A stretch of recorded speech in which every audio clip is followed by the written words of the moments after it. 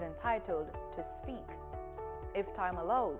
Debate on the National Reconstruction and Resilience Authority Act 2026, the NARA Act, is to be concluded. When making his contribution to the debate in the last sitting, State Minister in the Ministry of Industry, Investment and Commerce, Damian, said the National Reconstruction and Resilience Authority Bill is rooted in a moment of profound national urgency. NARA is designed to serve as the central coordinating authority for post-hurricane reconstruction, designed to eliminate bureaucracy, fragmentation, and project delays. It will also function as a center of technical excellence for project preparation and delivery, ensuring that the quality of national plans matches the scale of the country's ambitions. And that's what's on the agenda. It should be noted that elements of the day's agenda can be changed or moved. But before we go, here are a few things you should bear in mind if you plan to attend a session at Gordon House. No visitor shall create within the precincts of the House. No visitor shall be admitted to the House without first obtaining an admission card. Visitors who remain within the precincts of the House during a suspension of the session are asked to keep silent. No photography, videography, or sketching of the proceedings is allowed unless so authorized by the presiding officer. It's almost time to go to the main event, but before that, let's get the answer to the trivia question. True or false? No member of the House shall sit or vote therein, except for the purpose of electing a speaker, until he has taken and subscribed the oath of allegiance. It's true. That's according to the Standing Orders of Parliament, provided that any person authorized by law to make an affirmation instead of taking an oath shall be permitted to make a solemn affirmation in lieu of the oath of allegiance. It also states, quote, "The oath or affirmation in lieu thereof shall be administered by the clerk immediately after prayers, and every member shall thereupon sign the book to be kept for that purpose at the table." End quote. Now over to the proceedings.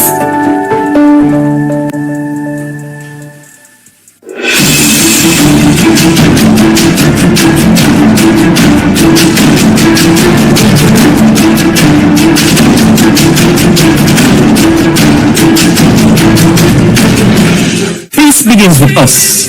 Every act of kindness, every step towards understanding brings us closer to a brighter tomorrow. Let's choose unity, compassion, and hope. Together, we can build a future where peace reigns. Brighter tomorrow starting today.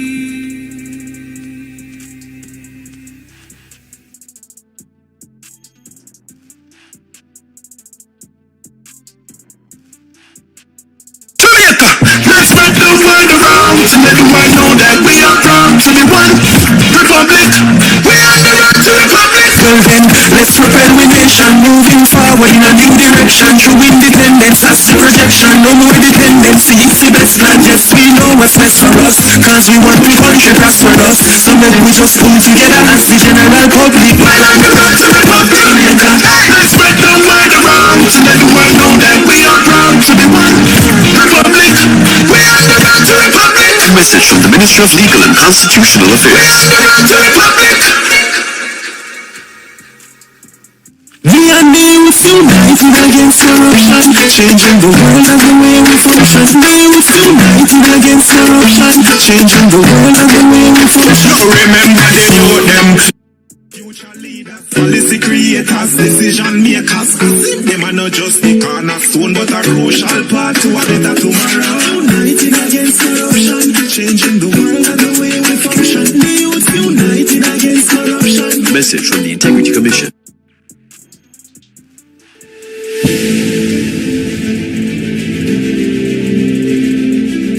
Are you an entrepreneur producing an excellent Jamaican product or service? Did you know you can earn hard currency and more significant returns by exporting? Contact the Ministry of Industry, Investment and Commerce to help propel your business along the export lane. Everything you can produce, the Jamaicans overseas want it. We're not going to get rich by just bringing down the debt. We're going to get rich by exporting a lot more. So grow exports, create job opportunities, drive economic growth through exports to make Jamaica a richer and much more prosperous country.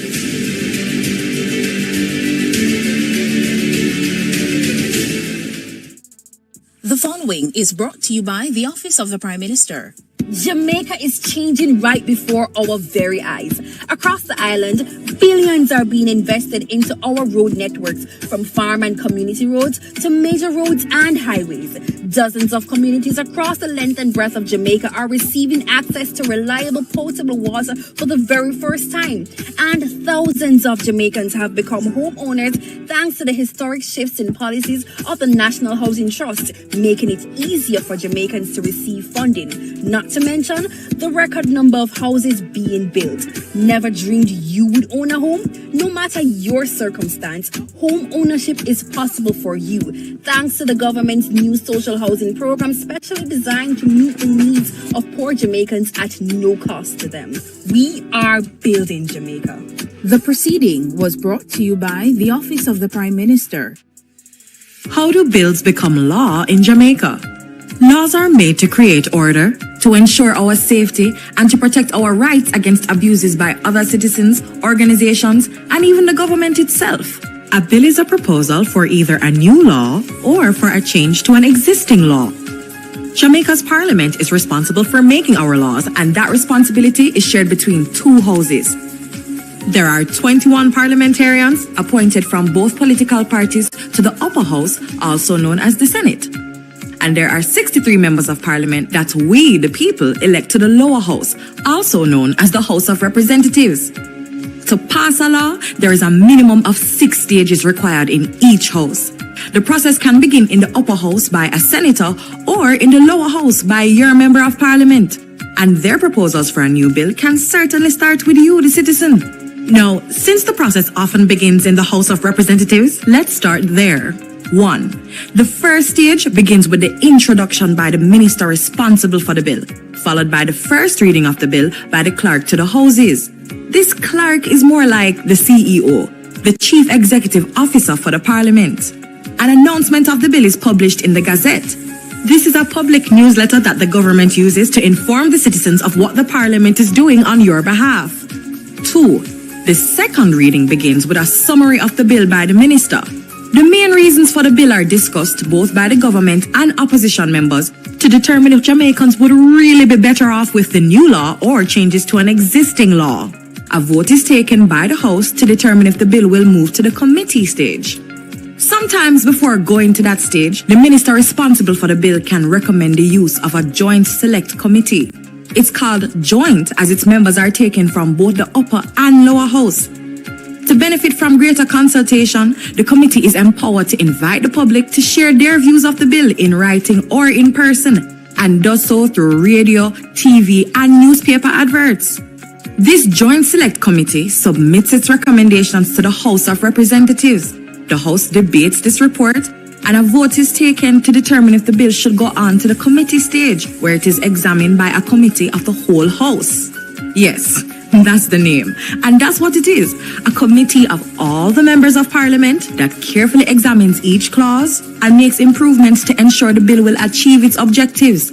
As chairman, the Speaker of the House monitors the process to make sure the rules of the House are obeyed and the process moves along smoothly.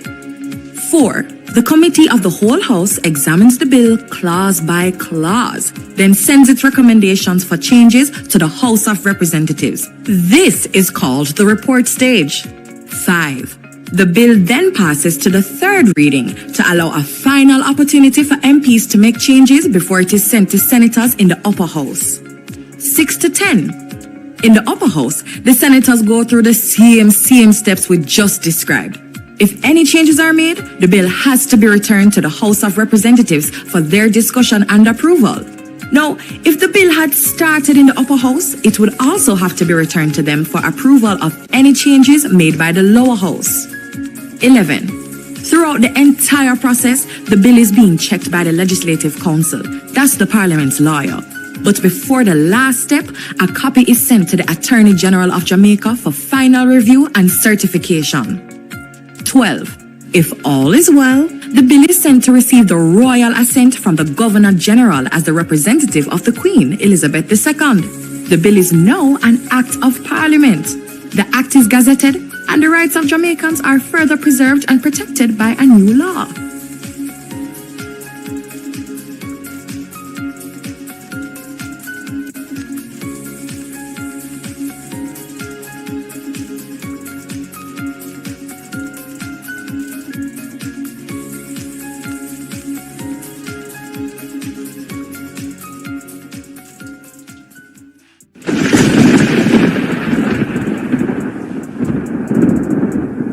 When the storm rages and the world feels shaken, remember, our strength lies in unity.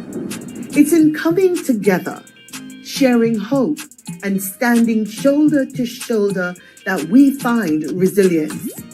Every act of kindness, every word of encouragement builds a brighter tomorrow. We are stronger as one.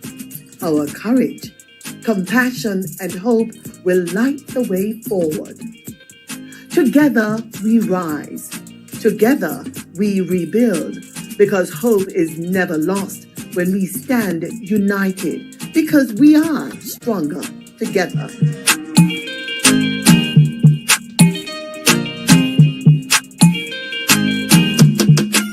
Hey, I'm Abijah, the Roots Man. Today, I want to talk to you about something powerful. Peace.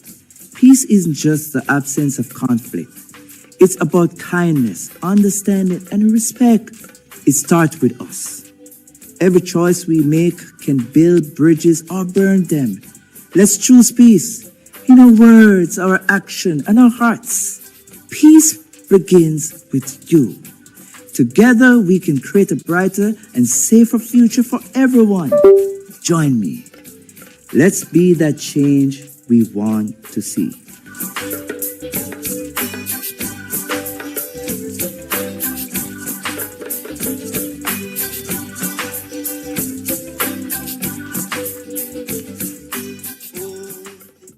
Nah, click on your link for my liquor brother pre that slap bro, we no need that. And the next thing them type a song they are listening online, what kind of thing that some big man pose up on them profile and a put chat to a small child.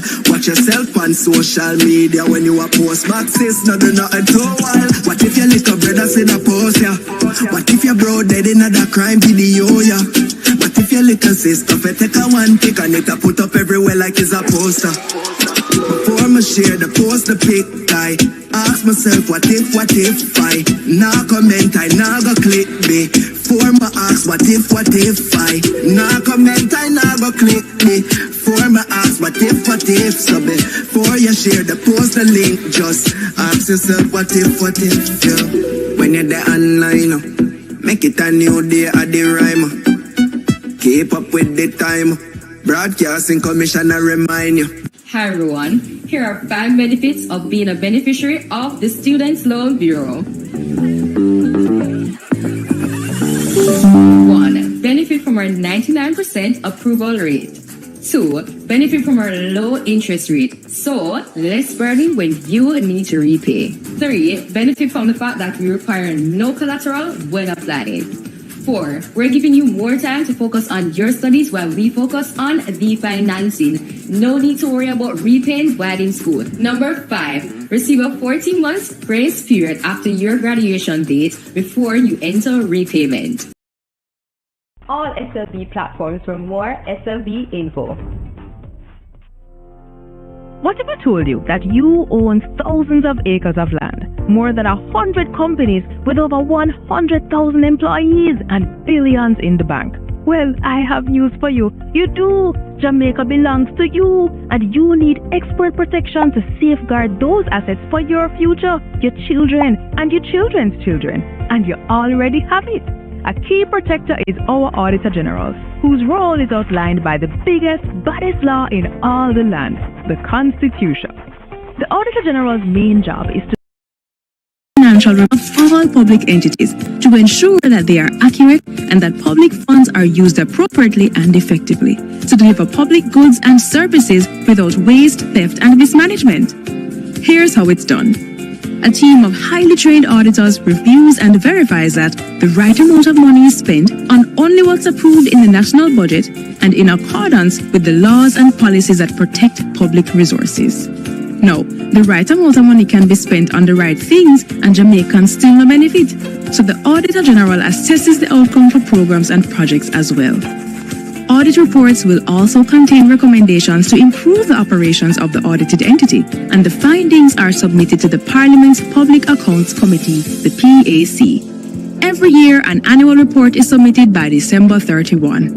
Both government and opposition MPs serve on the PAC, and they summon public entity managers to answer questions so that they and the public, the real owners, yes, you, can understand what went wrong and how to prevent a recurrence. What are some things that can and do go wrong? Cost and time overruns, missing financial reports, unreported losses, unauthorized spending, unsupported payments, unlawful contracting, undisclosed conflict of interest, and more. Though the AG identifies the abuse of laws and policies, the law does not empower that office to penalize or sanction, but it does empower the Financial Secretary in the Ministry of Finance. It is also the duty of other anti-corruption and law enforcement bodies to grab the button and investigate to ensure penalties are applied when appropriate. But the AG alone can't watch all. So when things don't look straight, the Minister of Finance, members of Parliament, Cabinet, public servants, and importantly, you must blow the whistle and the AG will look deeper. So this is where you come in, with 4 things you can do to strengthen those who are fighting to protect our future. Tune into PPCJ on Tuesdays for the PAC and mind your business, Jamaica. It's our belongings, but we have to move like we understand that. And next time you hear a news report about the AG, you just left it up to the media. Visit the AG's website at www.auditorgeneral.gov.jm and check out the findings yourself.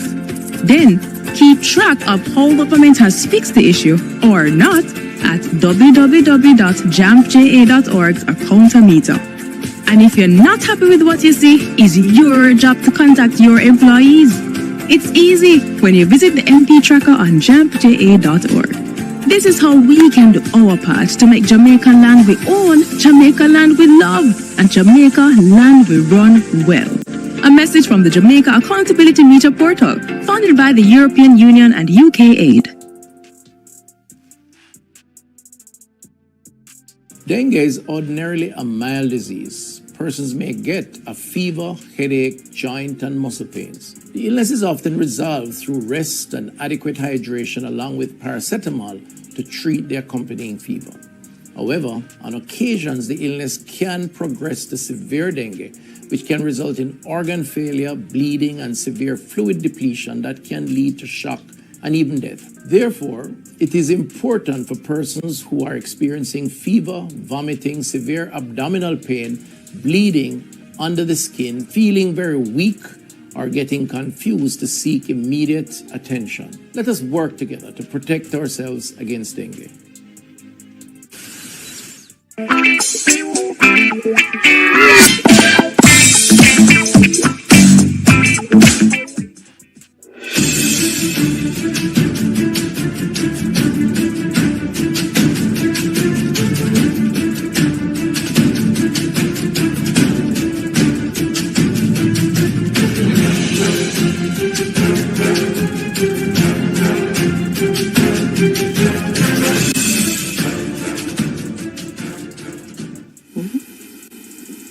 Almighty God, by whom lone kings reign and princes decree justice, and from whom alone cometh all counsel, wisdom and understanding.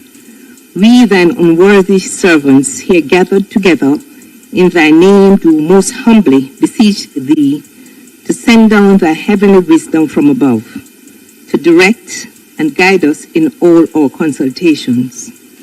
And grant that we, having thy fear always before our eyes, and laying aside all private interests, just prejudices, and partial affections, the result of all our counsels may be to the glory of thy blessed name, the maintenance of true religion and justice, the safety, honor, and happiness of the king, the public weal, peace and tranquility of the island, and the uniting and knitting together of the hearts of all persons and estates within the same in true Christian love and charity one towards another, through Jesus Christ our Lord. Amen.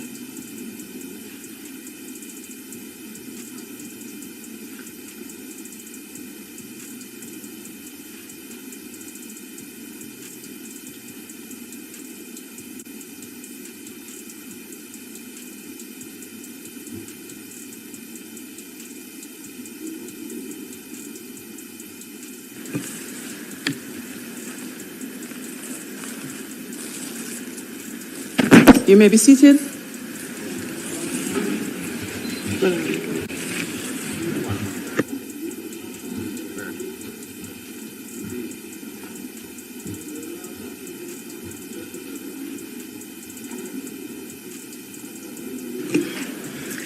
This Honorable House now resumes its sitting.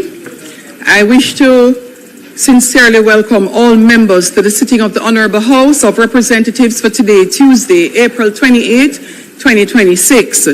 Today, we continue with the sectorial debate in addition to the usual business of the House. And as always, it is expected that members will maintain the standards of this Honorable House in accordance with the standing orders and established practice and procedures. Today, we are joined by a delegation from the World Bank, who is in the gallery, and we are also joined by a delegation from Rwanda. They are seated to my left.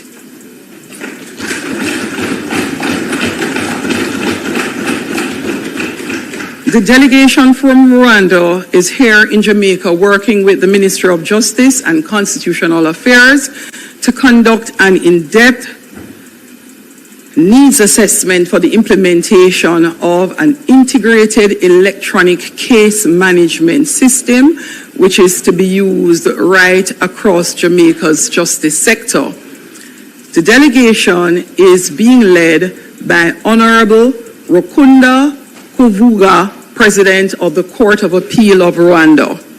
And he is accompanied here today by the CEO and CFO, respectively, of Rwanda's Cooperation Initiative. I ask that you make them all feel welcome.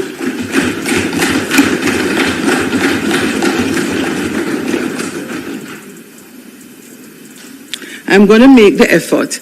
The names are Mr. Richard Niwinshuti and Mr. Freddie Makunza. I hope I got those correctly. Also present here are our permanent secretary, Grace and Stuart McFarlane from the Ministry of Justice and Constitutional Affairs, who is seated to my right.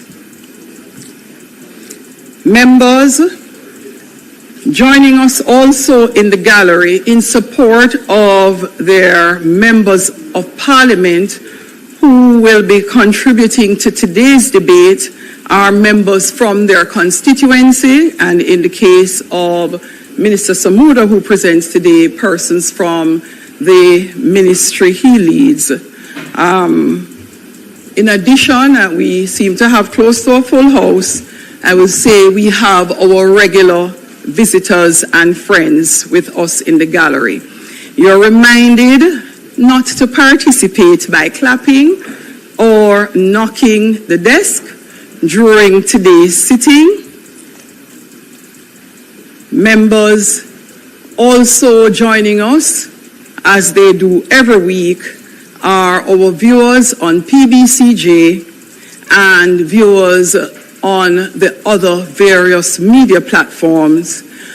Let's hope you will all enjoy today's sitting of the House, which intends to be a very long one. Thank you. Call of the roll. Mr. Clark? Here. Mr. Green? Here. Dr. Honus? Dr. Chang? Mrs. Williams? Mr. Bartlett? Ms. Grange?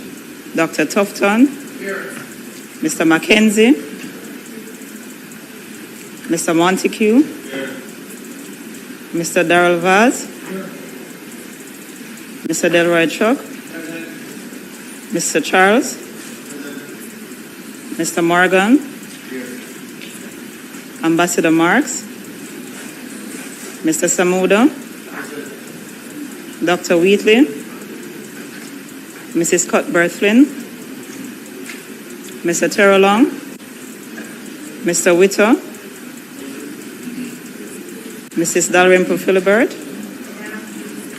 Ms. Morrison? Ms. Lee? Mr. Donovan Williams? Mr. Main? Ms. Crawford? Mr. Delroy Williams? Ms. Hamilton? Mr. Seawright? Mr. Azan? Mr. Brown? Dr. Brownberg? Mr. Buchanan? Mr. Bunting? Ms. Burchell? Dr. Campbell? Mr. Cousins? Mr. Crawford? Ms. Daly? Dr. Dawes? Mr. Golden? Mr. Gordon? Mr. Hills? Mr. Hines? Mr. Ilton? Mr. Jackson? Ms. Jess? Mrs. Malahoo Fort? Mrs. Miller Bennett? Mr. Morris? Mrs. Nita Garvey? Mr. Newell? Mr. Paulwell? Mr. Phillips? Ms. Perkis?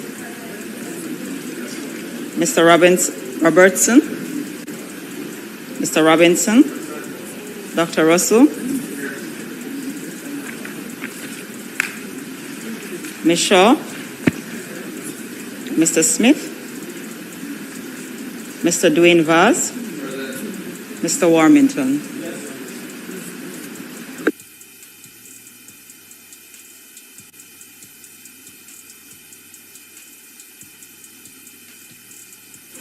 Permanent Secretary here, Mr. Wayne Robertson. Mr. Wayne Robertson, the Permanent Secretary, seated to my right for the Ministry of Water and Environment. I note also former Member of Parliament just joined us, Mr. Michael Stern, and I see some of our senators here in the chamber as well.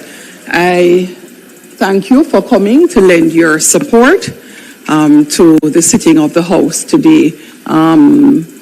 Senator Rose Bennett Cooper and Senator Elon Thompson. House Leader. Madam Speaker, first let me join with you in welcoming the delegation from Rwanda who are here on a very important mission in relation to our court system and its digitization. I think all of Jamaica is really looking forward to the implementation of a system that you have in Rwanda that has clearly served your people well in the ease of interacting with our justice system. So welcome, President of the Court of Appeal and members of your team, and we hope you will enjoy your time here in Jamaica. We know your president visited and had a very good time when he was here. Madam Speaker, it is suggested that we go straight to public business and start with our sectorial debates, and then we will go back to the other matters that we have to do.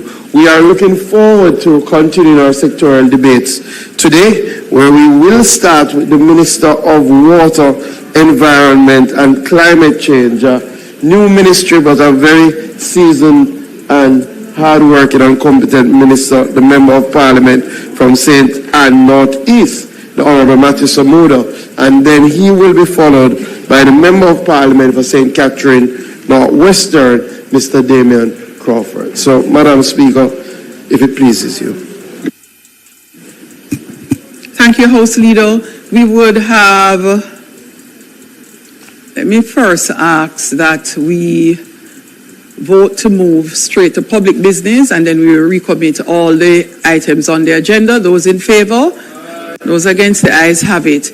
The time limits already having been established in our sitting last week will not need to be repeated.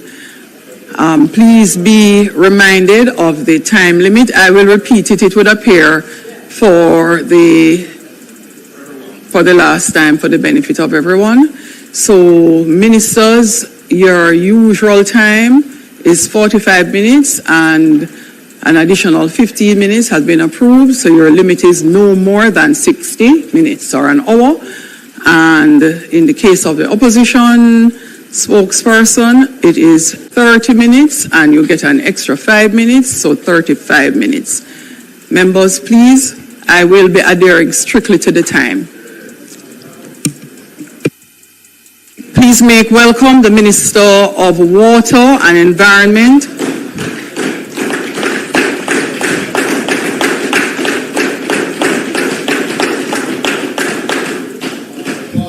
the Minister represents the seat of St. Ann Northeast. Thank you, Madam Speaker. Minister, I am sorry to interject. For the benefit of all the members, when your time is up, you will only hear the bell go off so that you will recall that you are now going into additional time. I'm asking you to just continue with your presentation.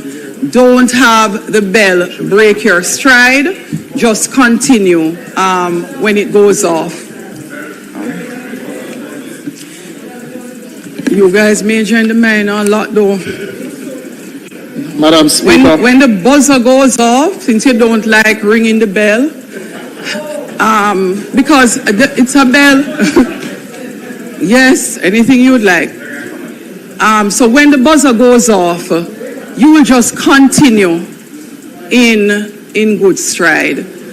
And you do not need to sit or wait for additional time. So you're comfortable continuing your presentation. Thank you, members.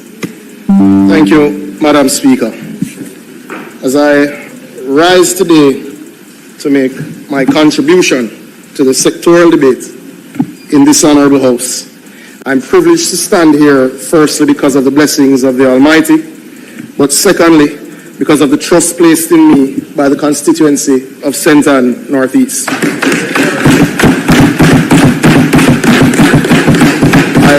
I pause to acknowledge my councillors, constituency executive, management team members who are present here today. I also use this opportunity to etch in the annals of history the work, the impact, the ambition, and the intended legacy of the young but dynamic Ministry of Water, Environment and Climate Change that I now have the honor and privilege to lead. I welcome senior members of the ministry to the Parliament today, including the Permanent Secretary Wayne Roberts and our Director General Sharon Morrison, CTDs and team members who are also here today. I also welcome both members of the boards of management and senior team members of the agencies and departments also under my supervision. Madam Speaker, I also use the opportunity to welcome guests from the World Bank Water Sector team who are in Jamaica on a particular mission but have joined us this afternoon. We extend welcome to them as well. Madam Speaker, I wish to thank the Most Honourable Prime Minister for the trust he once again placed in me to manage these critical subject areas. Madam Speaker, there are many persons who deserve an expression of profound gratitude. It is my hope that they are not slighted by the lack of mention because of the time constraints this afternoon. Madam Speaker, as I begin, I pause to reflect on the words of the Most Honourable PM when he made it clear that this government and this budget is about building forward together and that we are moving from simply resilience to resurgence. This resurgence is a precise intention of this ministry, an intention, Madam Speaker, that will be made real through intentional service, environmental stewardship, and the development of climate-resilient water systems. Madam Speaker, the ministry was created because climate change, water security, environmental protection, forestry, ocean governance, and the blue economy require dedicated singular focus. Madam Speaker, I'm proud to report that in what can only be described as a remarkably short period, that through partnerships coordinated by this ministry, we have already mobilized tens of millions of US dollars in climate and adaptation financing, coordinated a national recovery of major water systems after the most disruptive disaster ever recorded in Jamaica, provided timely information before, during, and after Hurricane Melissa that not only saved lives but also gave our people hope and guidance. Importantly, Madam Speaker, this ministry has also allowed Jamaica to assume leadership roles in the global environmental agenda and entrenched our position as a credible, bankable partner and thought leader in global climate and environmental stewardship. I reiterate and emphasize, not only for the members of this House, but moreover for the people of Jamaica, that climate resilience is not an expense. It is an investment in Jamaica's survival, stability, competitiveness, and indeed our resurgence. Madam Speaker, the challenge is great, but the resilience and ingenuity of the Jamaican people are equal to the task. Madam Speaker, I'm also pleased to advise this Honourable House that all boards under the purview of this ministry have been duly gazetted. Cabinet approval has been received and board members have been appointed, ensuring that the governance structures responsible for overseeing our agencies and delivery of this critical program are fully constituted and operational. Madam Speaker, today I will provide an update on Jamaica's climate change agenda. This is not simply a policy discussion. It is about protecting livelihoods, strengthening economic resilience, and ensuring that Jamaica remains prepared in the face of intensifying climate impacts. Madam Speaker, over the period of 2020 to 2025, Jamaica has experienced an escalation in climate-related events. The passage of Hurricane Beryl in July 2024, Hurricane Melissa in October 2025, resulted in widespread damage and disruption across several parishes. These events, alongside severe drought conditions between 2020 and 2023, caused significant damage to infrastructure, agricultural and coastal systems, while having a severe economic impact. Road networks, water systems, and electricity infrastructure were impacted. Smallholder farmers and experienced crop losses, and coastal communities face storm surge, flooding, and erosion. These impacts are not isolated. They directly affect productivity, food security, and national stability. Madam, every dollar spent on recovery is a dollar diverted from the development agenda. And this is why climate change must be treated as a core economic issue. Madam Speaker, Jamaica strengthened its climate governance net framework in 2023 through the approval of the Climate Change Policy Framework and Emissions Policy Framework. These provided a coordinated national approach across sectors. Madam Speaker, the development and passage of climate change legislation will mark a significant step in strengthening Jamaica's governance framework. The ministry is partnering with the UK FCDO to deliver this legislation, which will provide legal backing for climate policies and ensure accountability across sectors. This is essential for delivering sustained and measurable outcomes, greater transparency, and improved policy implementation and increased investor confidence. This legislation is expected to be complete this fiscal year. Madam Speaker, Jamaica's long-term emissions reduction and climate resilience strategy, or otherwise referred to as our LTS 2050, completed in July 2025, represents our vision for Jamaica as a climate-smart, resilient country. The strategy outlines Jamaica's pathway to achieving net zero emissions by or before 2060, while ensuring that economic growth remains inclusive, sustainable, and resilient. Madam Speaker, what distinguishes the LTS is not solely an environmental strategy, it is a developmental strategy. It focuses on a whole of economy approach and includes focus on the energy systems, transport, agriculture, infrastructure and urban development, as well as forestry and ecosystems. The LTS projects approximately 13.9 billion in net economic benefits by 2050, along with the creation of 26,000 jobs, particularly in green and emerging sectors. Madam Speaker, these are not just projections. They represent a shift in how Jamaica positions itself in the global economy. Importantly, the LTS is aligned with our NDC and other national priority policies, ensuring coherence across short and medium and long-term planning. Madam Speaker, in 2025, ahead of the deadline, Jamaica also submitted its nationally determined contributions to the UNFCCC, which is a requirement of the Paris Agreement. This, Madam Speaker, saw an ambitious target of Jamaica committing to 41% reduction in greenhouse gas emissions by 2035, relative to a business-as-usual scenario.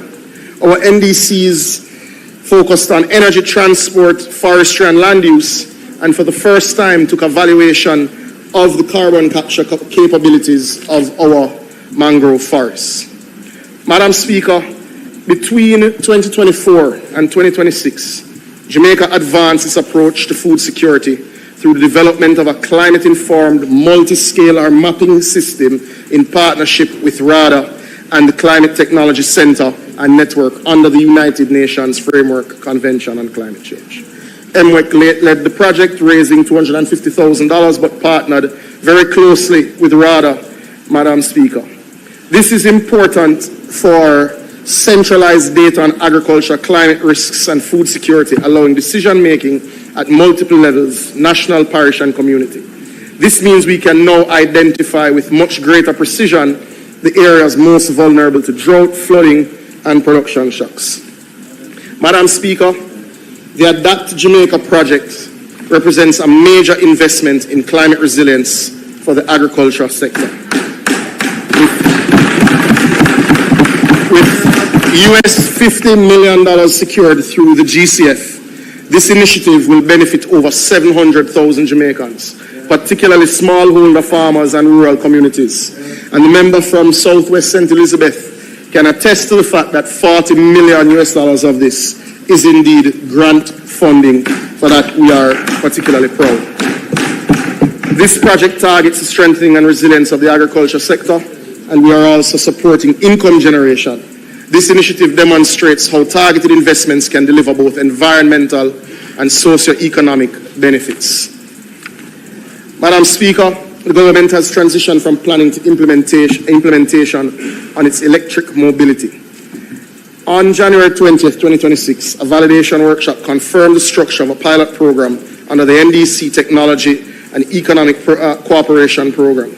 This program has deployed 3 standardized 12-meter battery electric buses across UTEC, CMU, and HART. These buses are designed to meet real demand with passenger loads ranging from 25 to 50 persons per trip and daily travel distances up to 240 kilometers. Madam Speaker, we further focused on developing what is called JA-NAP. This is our National Adaptation Plan. In this regard, the development of Jamaica's first comprehensive NAP, or JANAP, represents a critical pillar of our national response. This work is being advanced in collaboration with the PIOJ and is a priority for completion this financial year. Madam Speaker, the JANAP is not simply another policy document. It is an implementation framework. It is designed to move us from fragmented, project-based interventions to a coordinated whole-of-government approach to resilience building. The plan focuses on sectors such as water, agriculture, coastal zones. Madam Speaker, the strength of the JANAP is that it is being implemented by the PIOJ, who also developed the JSRAT tool, which is a systemic risk assessment tool. Therefore, the NAP will be grounded in data, risk assessment, coordinated vulnerability mapping, economic analysis, and climate projections to ensure that investments are targeted where they are most needed. Importantly, Madam Speaker, it integrates gender considerations, stakeholder engagement, and investment planning. Madam Speaker, the development of carbon markets, of our carbon markets framework, presents a significant opportunity for Jamaica to access new revenue streams, while encouraging the growth of clean technology developments and installations across various sectors by participating in global carbon markets.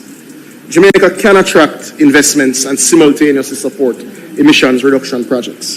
For local businesses and entrepreneurs, this framework creates opportunities to participate in the green economy, as among other things, it supports technology transfer and economic diversification. Madam Speaker, we intend to finalize this framework this year. I won't speak much about the Loss and Damage Fund because I would have provided a statement to this Honourable House before, but just as an update, the country has submitted its first request for funds from the Loss and Damage Fund to the tune of $20 million, and we expect a formal decision in June of this year coming from the damage of Hurricane Melissa.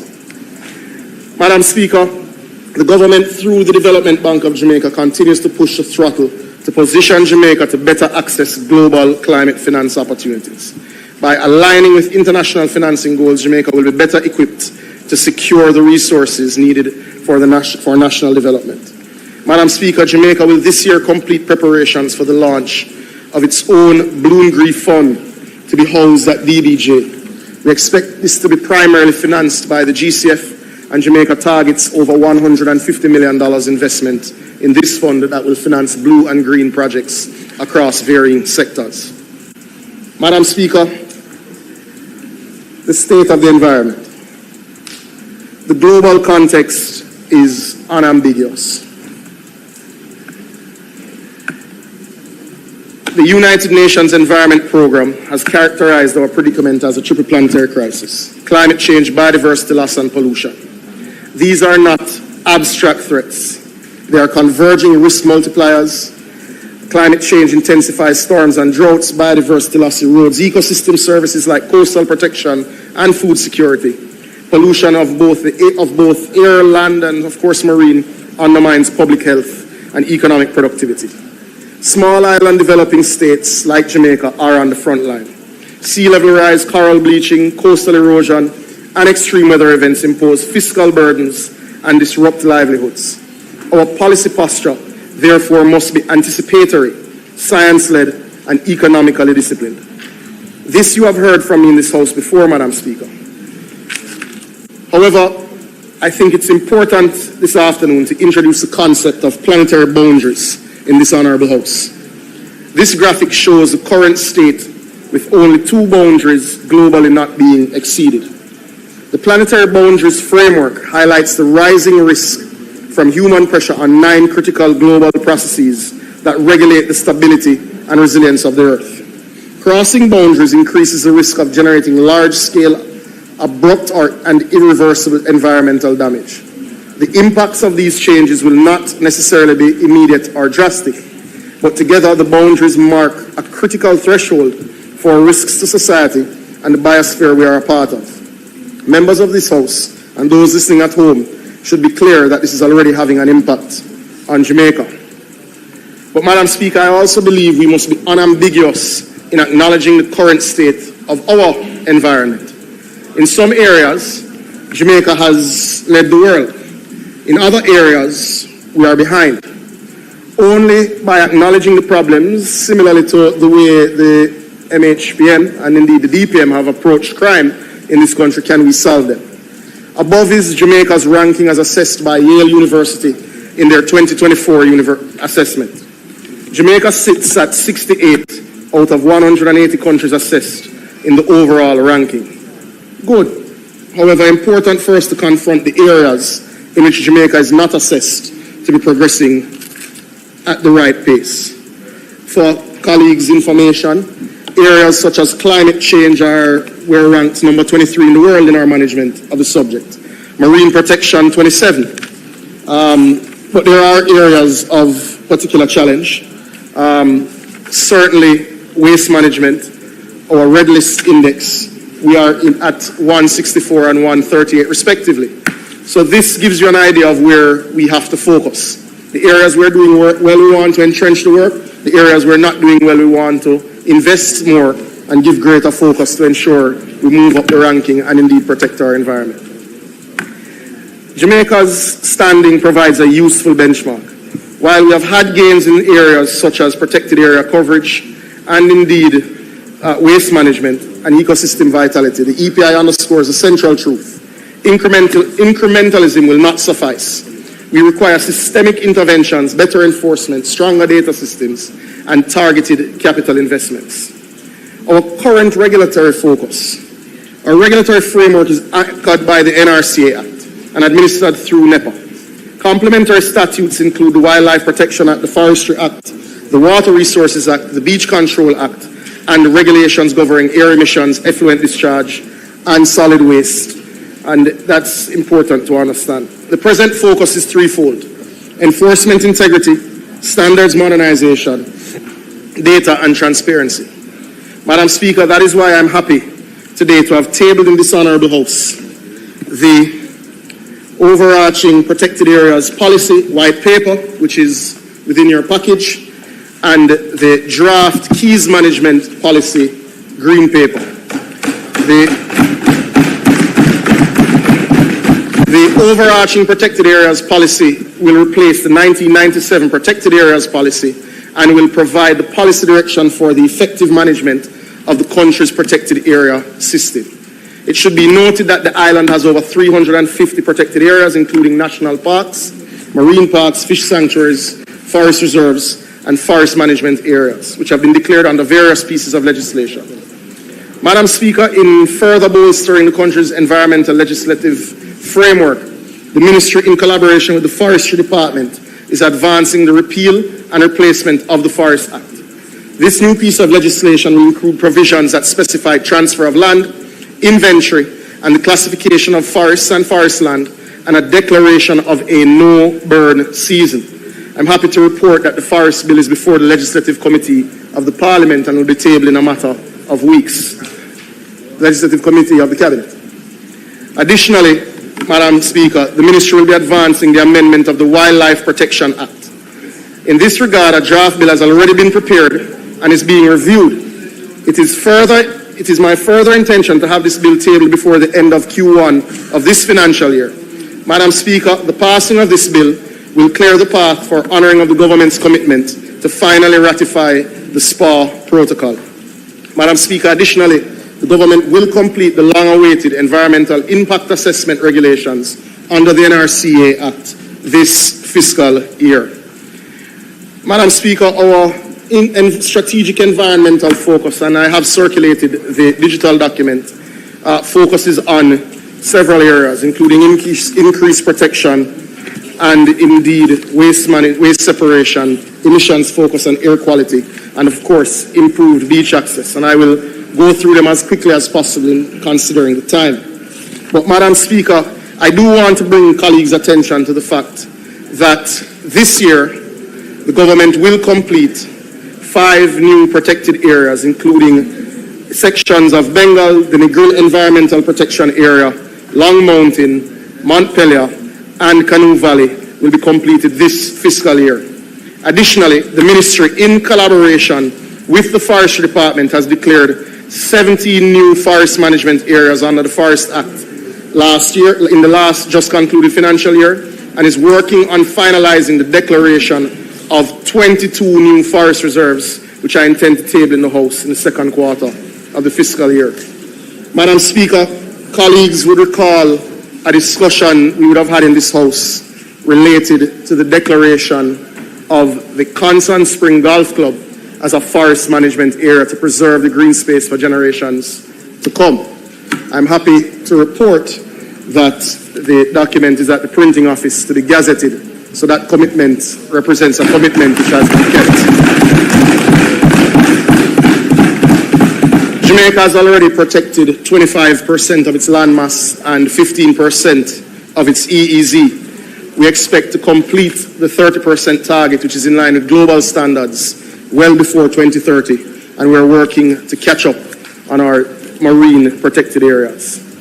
Madam Speaker, Jamaica's waste stream remains largely commingled, driving landfill pressure and marine leakage. We are implementing source separation, organic, recyclable and residual streams, supported by public education, infrastructure rollout and private sector participation. Madam Speaker, the government this year will advance a full national pilot for waste separation in public facilities. Madam Speaker, another area of concern is air quality. It is a public health imperative. We are tightening emission standards at stationary sources, enhancing vehicular inspection regimes, and piloting low-cost sensor networks to complement reference grade monitors. The policy objective is measurable to reduce PM2.5 and nitrous oxide exposure, especially in urban corridors and near industrial clusters. Madam Speaker, the government will advance plans for the introduction of tailpipe testing this year. Another issue that has dominated public discourse is the issue of beach access. Now, I believe it may be easier to have a ministerial statement to go through this particular section at a later date, but I would like to make a few points in summarizing the section that I have, even though I've circulated my notes on the subject.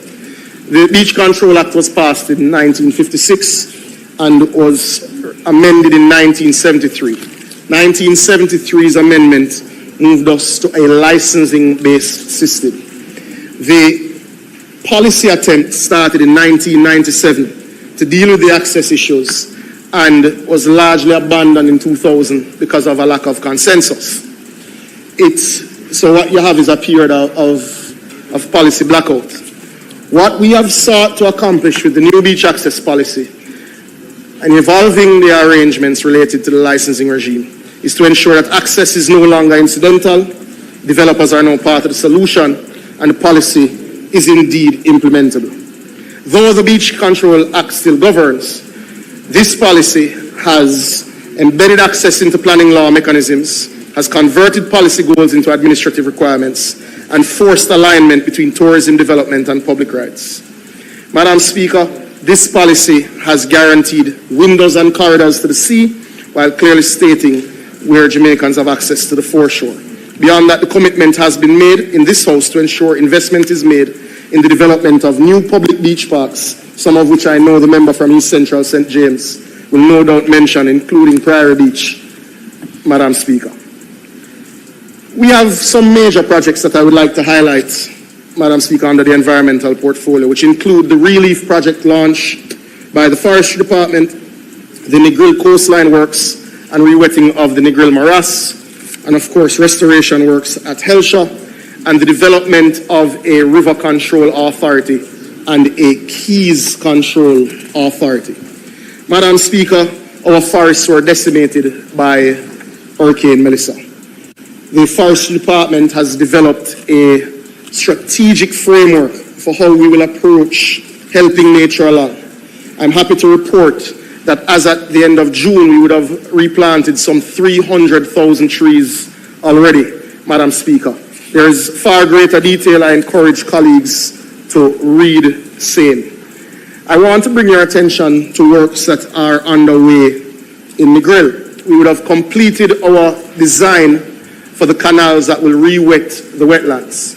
Now, this is incredibly important even for shoreline stabilization and protecting what is a natural asset that is the envy of the world.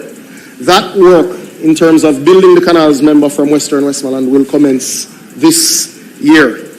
We also intend to complete our transaction work for the development of what is called an interpretive center in Westmoreland.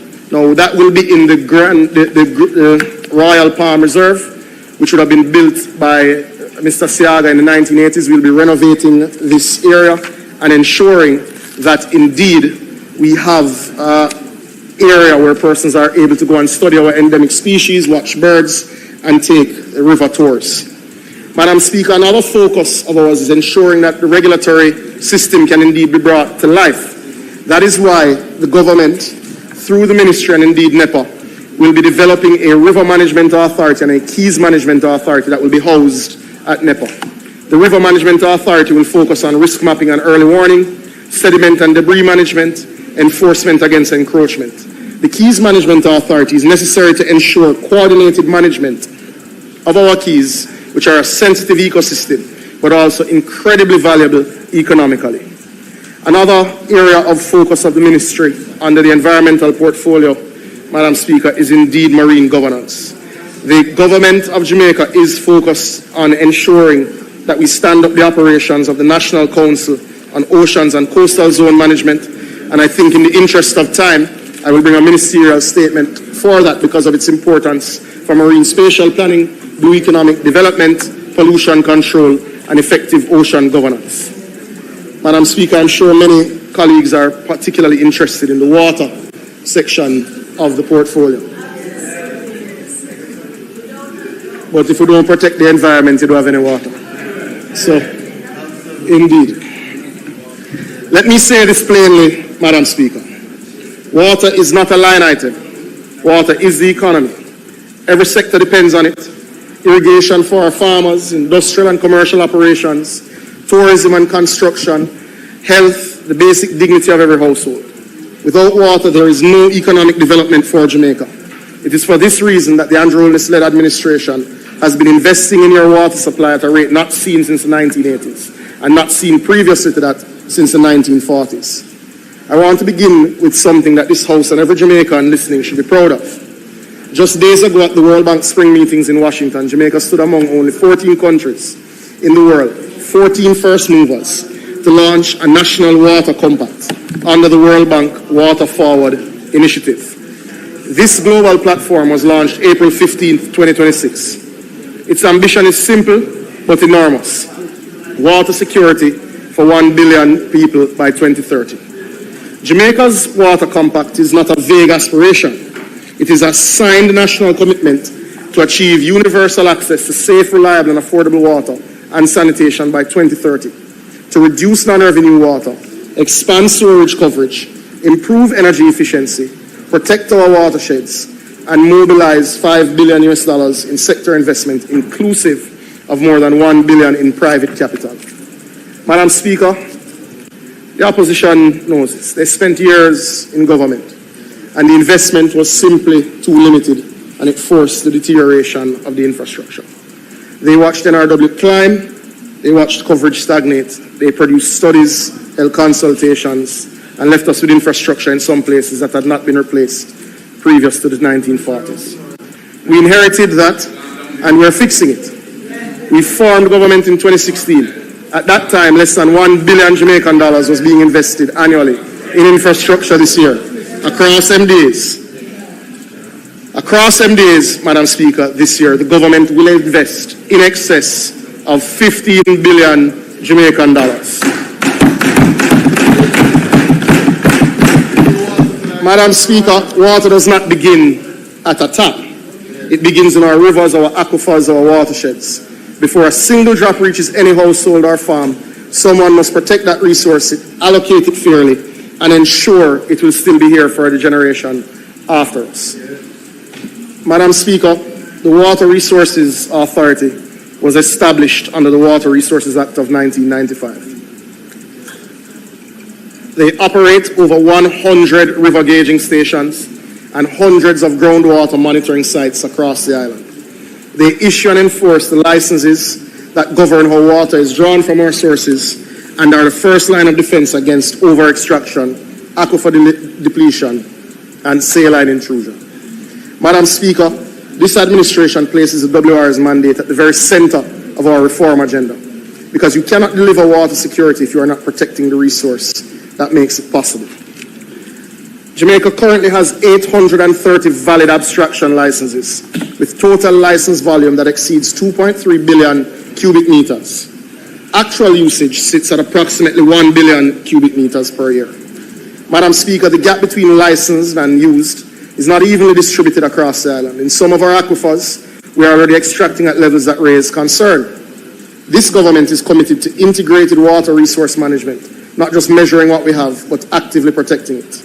Our Water Resources Master Plan, tabled in 2022, is now being updated to account for current demand pressures.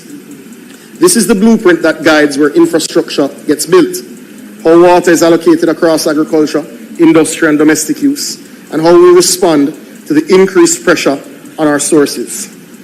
Jamaica is committed to having this tool current and operational.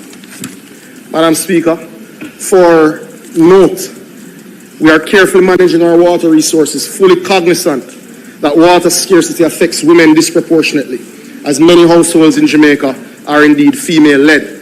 The graphic in front of you shows the relative female population to water source availability. So this also has to guide our investment approach. Madam Speaker, one of the most important things we are doing this year through the WRA is installing technology that allows us to see problems before they become crises. The WRA, in collaboration with the Met Service of Jamaica, is rolling out a long-range, wide-area network called LoRa One in a phased 3-year program. Hundreds of field sensors and network gateways will capture real-time data on groundwater levels, river flows, and rainfall across the island. Even in our most remote off-grid communities, this data will flow into centralized platforms with advanced analytical tools. Decisions are only as strong as the data that informs them, and this initiative ensures that Jamaica is operating with the best possible information in real time. Madam Speaker, we expect this initiative to be transformative, and it strengthens Jamaica's ability to detect early signs of drought, monitor flood conditions as they develop, and respond with greater speed. Madam Speaker, this initiative represents a shift from periodic data collection to continuous real-time monitoring, placing Jamaica in a stronger position to manage its water resources proactively in an increasingly climate-impacted environment. Madam Speaker, we would have seen the need for this in the recent flooding associated with Hurricane Melissa. I want to congratulate the team at WRA for the role that they would have played in informing decisions being made at the national and parish level as it related to flooding, especially in areas such as Content, Chigwell, and indeed Newmarket. Building on the lessons from the recent flood events, including Hurricane Melissa, the WRA is taking decisive steps to strengthen Jamaica's preparedness in some of our most vulnerable communities. To this end, the authority is finalizing a comprehensive project proposal to secure external funding for the establishment of an early warning system in Port Maria, a town that has experienced repeated and severe flooding over the years. While Port Maria is not an isolated case, it is a highly vulnerable community that experiences major flooding every 2 to 3 years, Madam Speaker. Madam Speaker, monitoring and data will only work if we have the right legal authority to act. It is for that reason WRA has identified real gaps in the WRA Act, as well as the Floodwater Control Act, and we have commenced our review of that process. It is important to note that we have published the notice inviting submissions of no objection to the amendments we intend to pursue in the Sunday Gleaner published and Observer published on April 26. To note, Madam Speaker, and just briefly, Jamaica has successfully secured the bid to host a second staging of the island's Water Congress, a high-level international forum convened by the International Water Resources Association. Madam Speaker, this Congress will bring international experts and policymakers to our shore and will be held in Montego Bay in December of this year, Madam Speaker. That deals with how you manage the resource generally. Madam Speaker, once the WRA has protected and allocated the resource, the National Water Commission and the Rural Water Supply Limited take it from the source to the tap. The NWC serves our urban and semi-urban communities, and the RWSL reaches the rural communities that the main utility network does not cover. Together, they're the delivery engine of the water sector, and as such, I will outline the plans for the year ahead. Madam Speaker, potable water access currently reaches approximately 90% of households. With this administration committed to 100% by 2030, Madam Speaker, your government is building the infrastructure to meet this aspiration. The NWC currently operates over 700 water supply systems, serving more than 550,000 customers island-wide. On an annual basis, the NWC produces in excess of 322 million cubic meters of water and treats approximately 23 million cubic meters of sewage. The scale of the operation is significant. The challenges within it are equally significant, and the investment required to fix these challenges is what this year's budget seeks to address, as well as budgets to come. Madam Speaker, according to a recent World Bank study, Jamaica requires US $5 billion investment in the water sector to meet this ambition. Madam Speaker, the significant impact of Hurricane Melissa on both infrastructure and operations, the NWC demonstrated strong resilience and responsiveness. The NWC restored water supply to over 90% of customers by December 31st, 2025, and supported by expanded water trucking operations, temporary supply arrangements, and coordinated field interventions. As at April 2026, I'm happy to report, Madam Speaker, that approximately 99% of facilities have been restored to operational status, with the majority reconnected to the national power grid. Ongoing works are being undertaken to address remaining facilities requiring additional intervention and to restore pipelines in remote communities that were affected by land slippage. Madam Speaker, this performance underscores the government's capacity to respond effectively to national emergencies and to maintain service continuity under challenging conditions.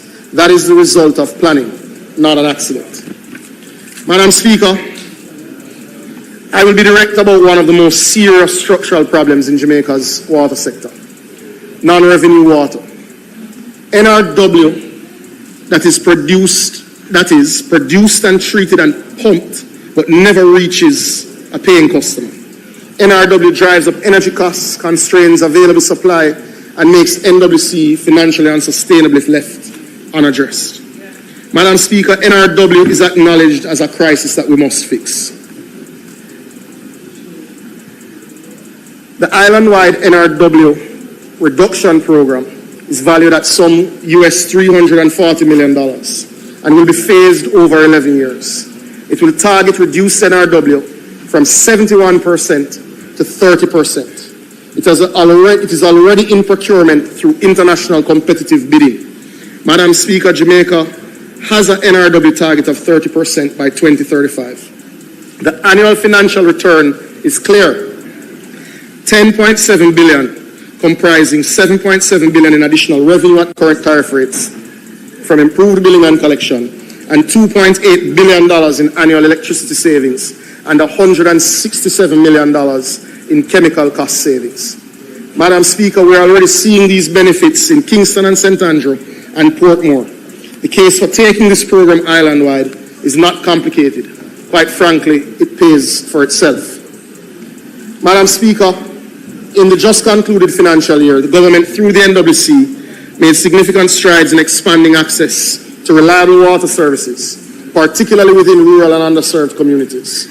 Through the implementation of the rural water supply improvement projects, which were valued at 1.1 billion, service delivery and reliability were enhanced for more than 133,000 Jamaicans island-wide. Additionally, approximately 14,000 persons across more than 20 communities gained access to piped water for the first time, representing meaningful progress towards universal service coverage. These communities included Spicy Hill in Trelawney, Lancewood, Shaw Park Heights in St. Ann, Runit, Charlie Gallant and Middle Quarters in St. Elizabeth, sections of Mason Hall in St. Mary, and sections of Orangefield in St. Catherine. Madam Speaker, for those 14,000 Jamaicans, last year was not a policy document. It was the year that water came.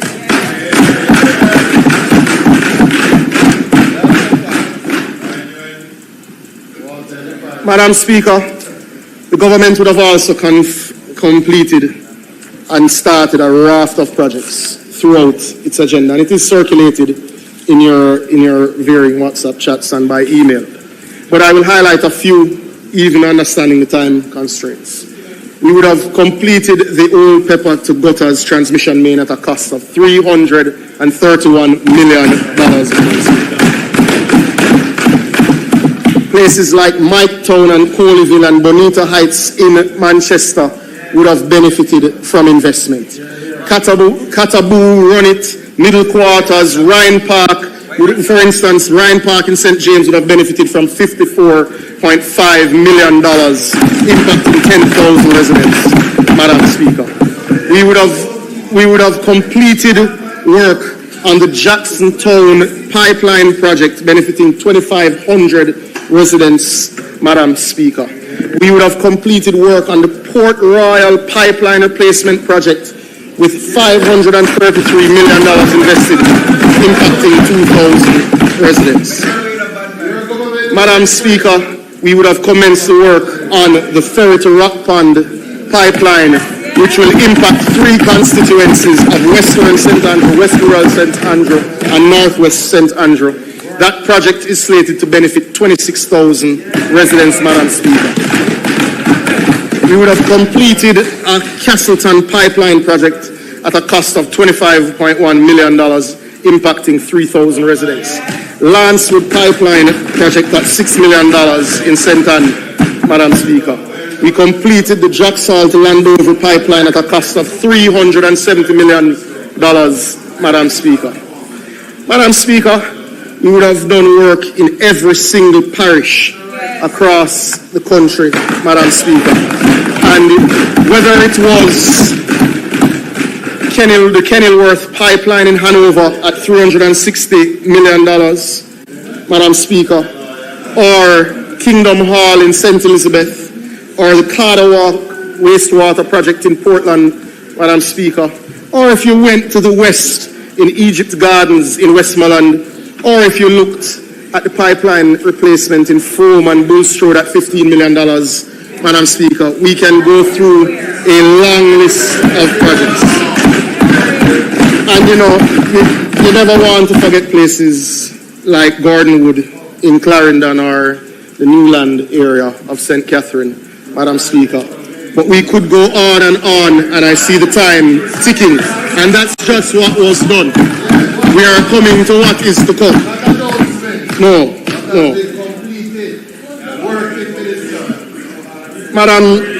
Madam Speaker.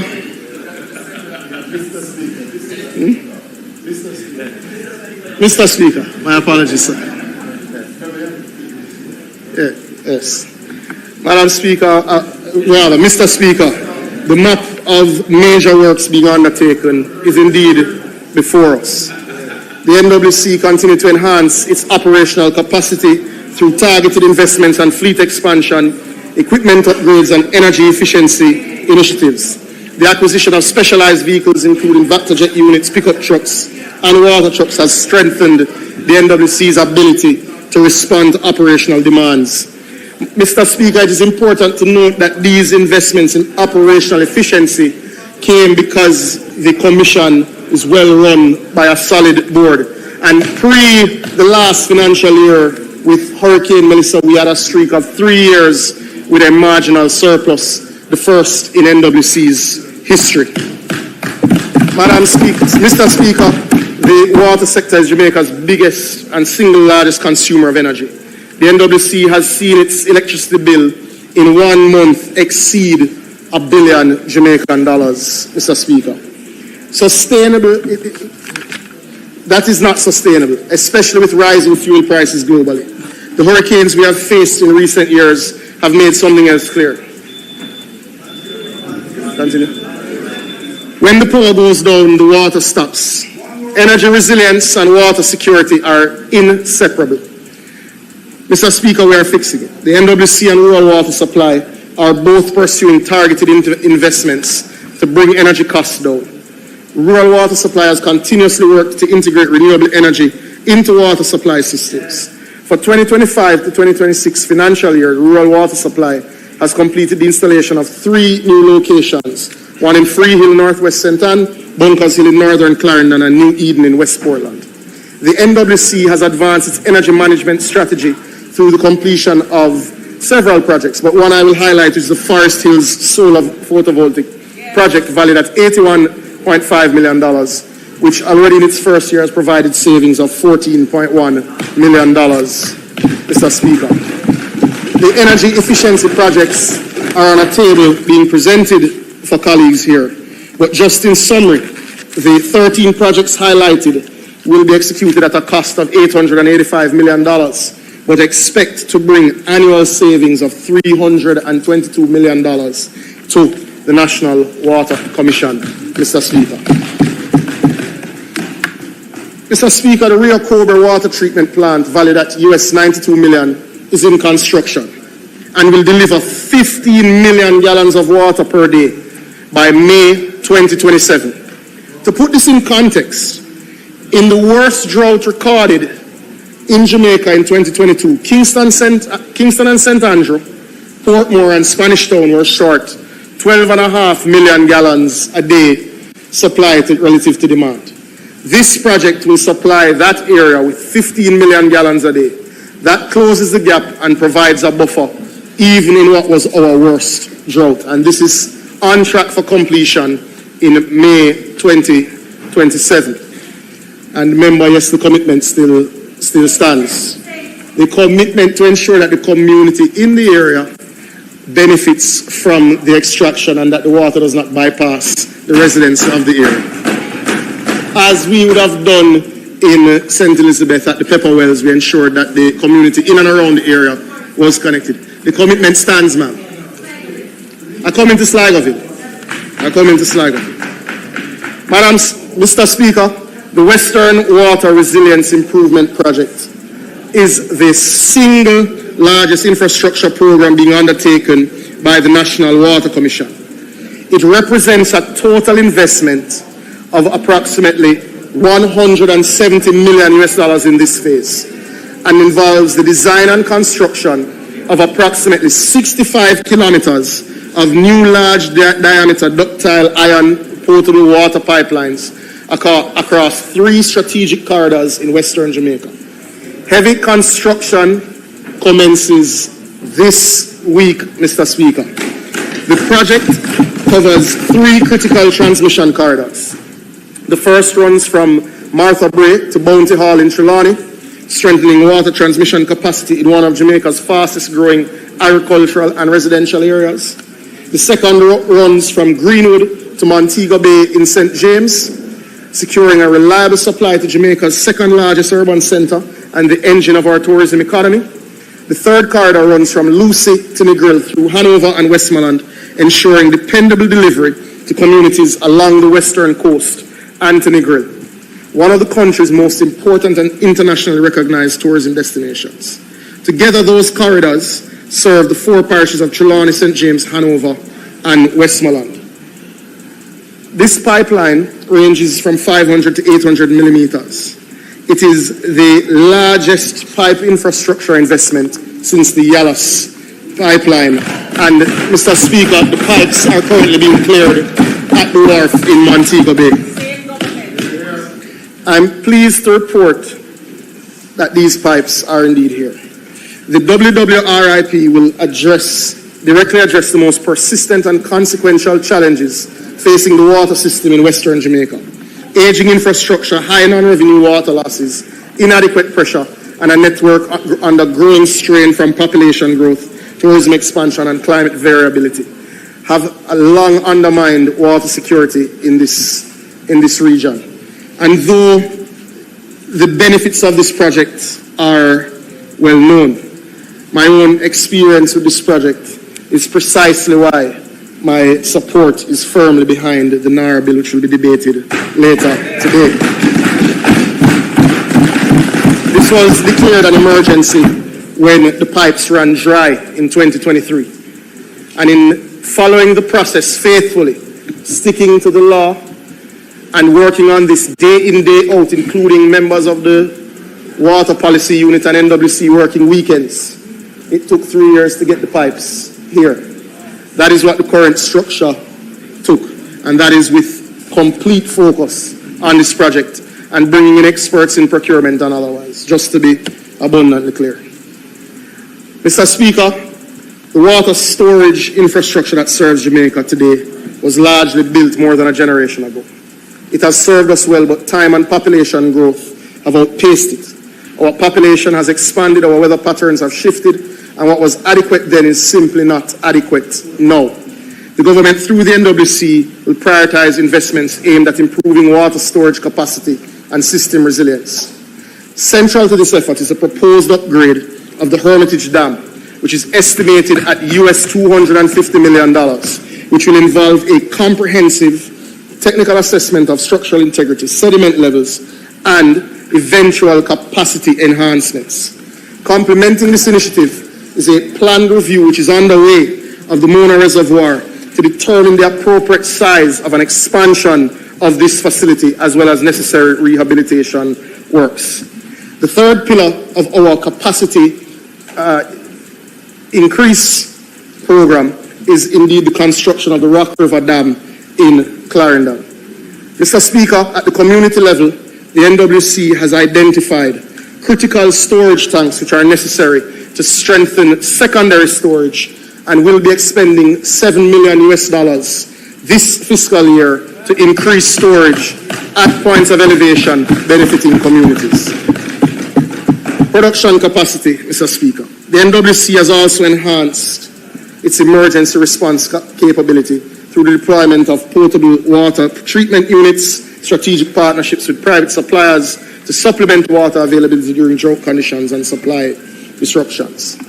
But, Mr. Speaker, new treatment capacity is also being pursued with the intended development of water treatment plants at Roaring River in Westmoreland and at the Rio Bueno through PPPs, which the government has engaged the IFC, the private sector arm of the World Bank, to work with us to ensure that we get the best competitive offer. We will further complete the engineering and planning works that will allow for the upgrades and expansion of the White River Treatment Plant, the Martha Brae Treatment Plant, the Great River Treatment Plant facilities. This will add some 30 million gallons daily to the North Coast. Mr. Speaker, we intend to pursue the projects associated with national expansion of Jamaica's storage capacity and new production capacity through NARA. This presents the opportunity to truly increase our resilience in the water sector. Mr. Speaker, further critical infrastructure to be undertaken with NARA include the rehabilitation and replacement of the Yalas Negro River raw water pipeline, which will address aging infrastructure and improve supply reliability to the Kingston metropolitan area.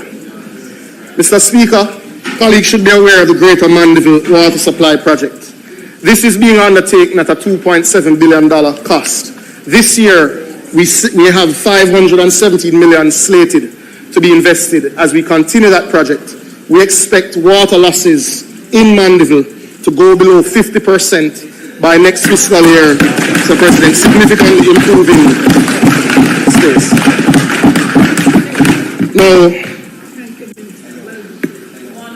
Now, the capital program, this is where colleagues tend to place a lot of energy and discussion. Hopefully time will allow me to go through as many of the projects as is possible. This year, Mr. President, we will focus on the following systems. Mr. Speaker, the upgrade of the Itaboral Jordan Well systems at a cost of $60 million, and we're nearing completion on this, and this will bring benefits soon. The Black River Town Centre to Arlington Parity Pipeline at a cost of $216 million, Mr. Speaker. We will complete work in Dornoch, Trelawney, and the Barron Hill Reservoir as a replacement at a cost of $86 million. The pipeline work will be a further $106 million. The technical start work for Rock River Low Ground Clarendon is already underway at a cost of $10 million. Sorry? Cheers. The Morant Bay Springfield to Seafort Morant Bay upgrade works will commence at a cost of $320 million. Improvements in the Savannah Lamar Township at a cost of $10 million. South Manchester, Grovetown to Cross Keys, $179 million, Mr. Speaker.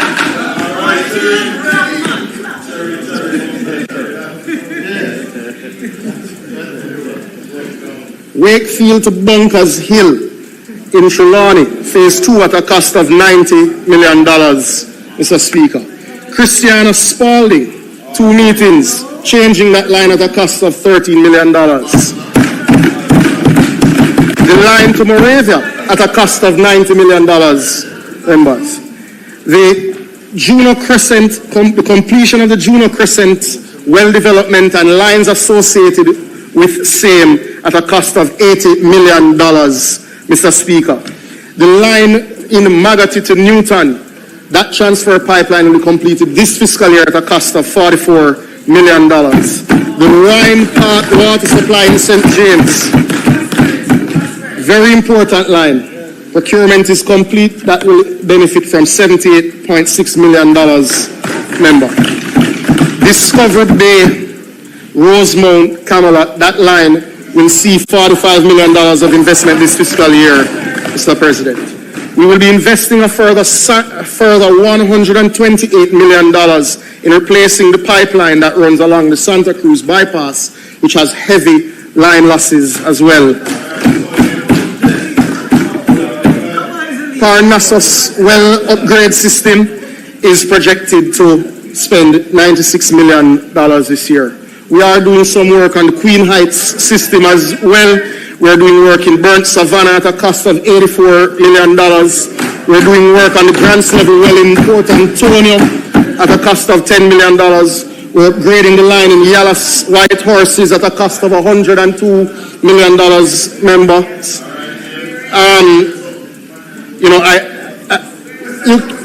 Yes, sir, at a cost of $102 million.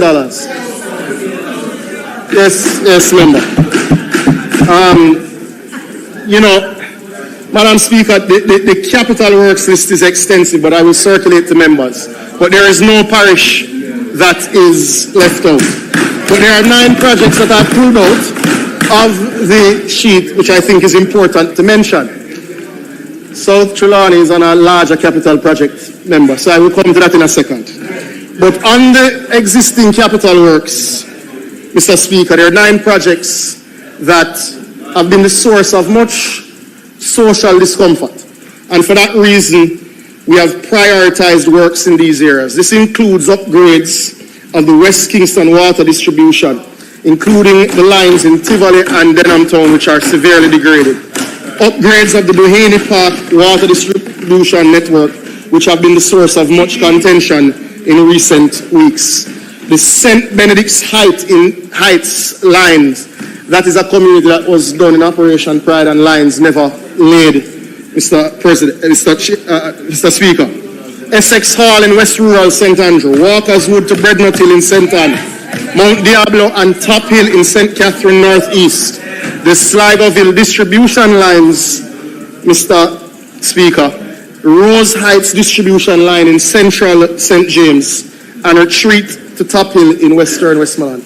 These have all been the source of significant social pressure, Mr. Speaker.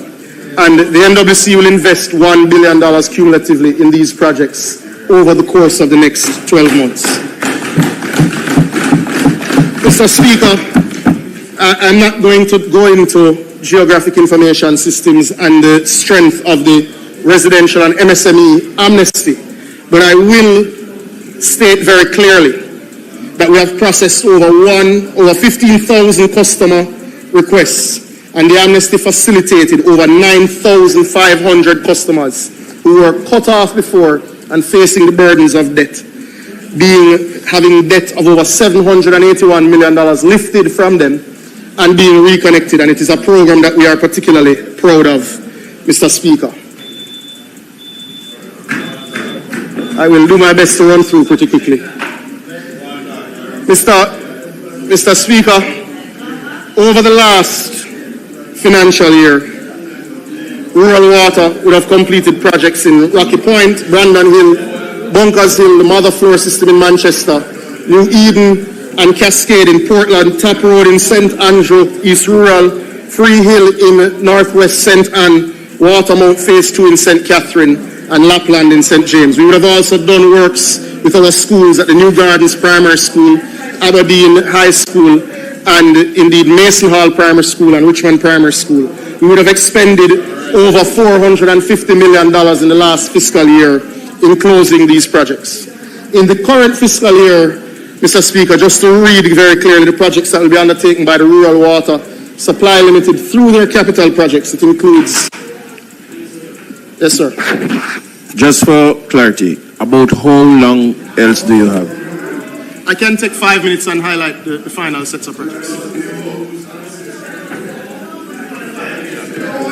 Mr. Speaker, I don't want to be playing tit for tat, but the Speaker was very clear. She said that we are allowed our time, plus for the ministers, 15 minutes, and for this side, 5 minutes. We have exhausted the time. Yeah, I think the member is going to wrap up now. So we'll just ask the member to... We'll ask the member... No, we'll ask the member to go to... We'll ask the member to go to his closing statement. No. Minister, close. Madam Speaker, just to announce that the projects that have long been announced and not executed will commence this year in Union Balaclava, Albert Town at the Ulster Springs in Trelawney, the Green Park to Bamboo Line in St. Anne, Mason Hall in St. Mary, Agwater Vale, and Port Morant, investing $36 million US, Madam Speaker. And in closing, last point I'd like to make, because I think it's a central commitment to the residents of Greenwich Farm, we will be closing the cesspool emptying facility, which has long been a source of pain to that community and affected the school, and we expect to start the construction this year. And that, I think that has been too long, and for the members that represent constituencies in Portmore, we've also started the design process for the relocation of the Greater Portmore sewage plant, as well as the sewering of many of the communities that have suffered. Sorry for going over time, Madam Speaker. I will finish in ministerial statements at a later date.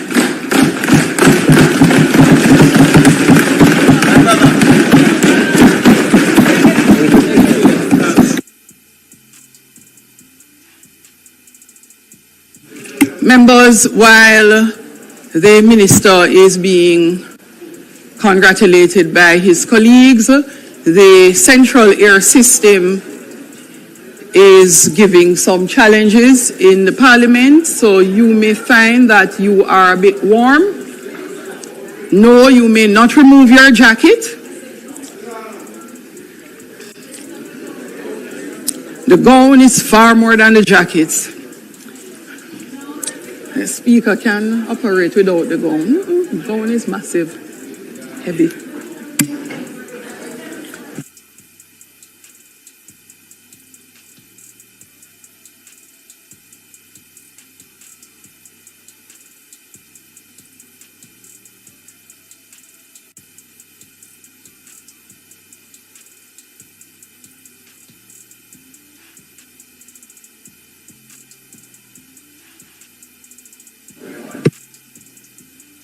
Members,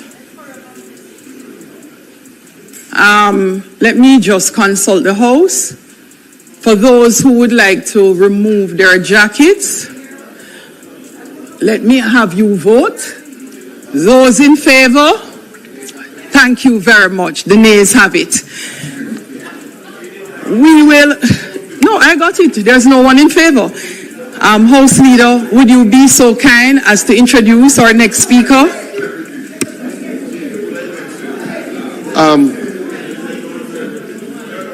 Marshall, the pointer. Well, the pointer.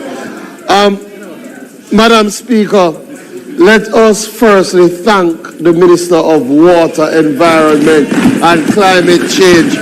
A presentation full of work done, not announcements, work done, and also work that is to happen this year. Excellent presentation. Excellent presentation. We now go to the member from St. Catherine. What is St. Catherine? St. Catherine Northwestern.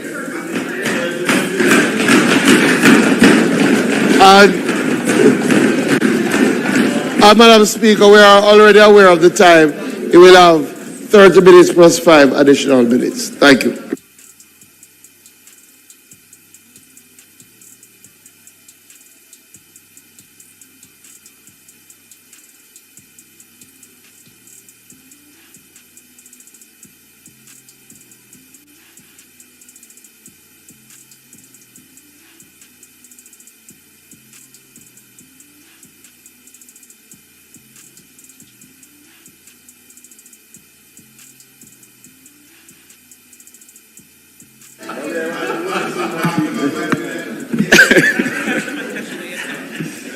Don't start yet.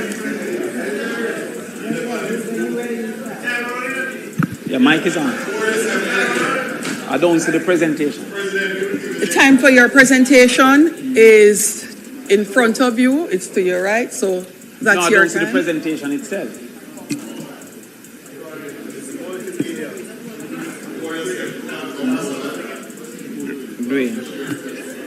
You have to start though, you know.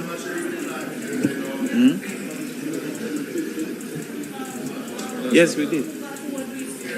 They're downstairs.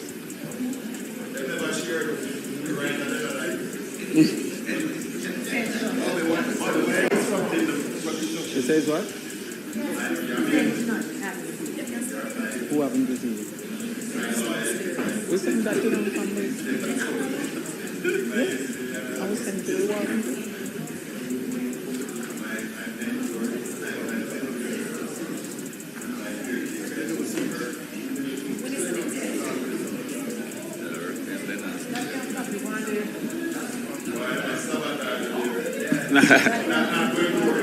That's not going to work.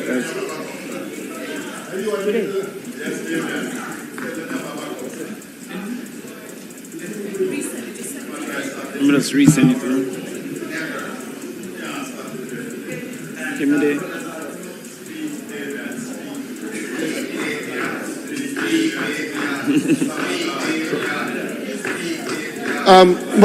Madam Speaker, I know the member is trying to upload his presentation. We hope that that can happen in quick time, but we are pressed, so we ask the member, until that happens, the marshal is trying to sort it out. Until that happens, the member starts and the presentation will catch up. Yeah, man.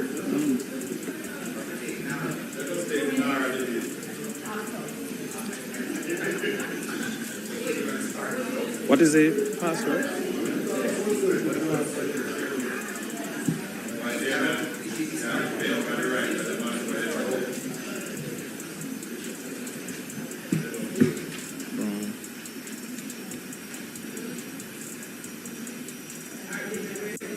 All right, tell me.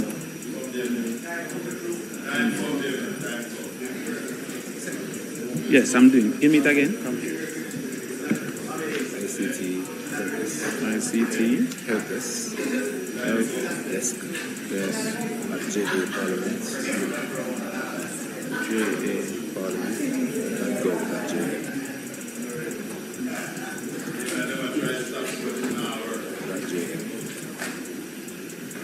That's it. All right, send it again. Send it again. Yeah. I say. We have it done. All right.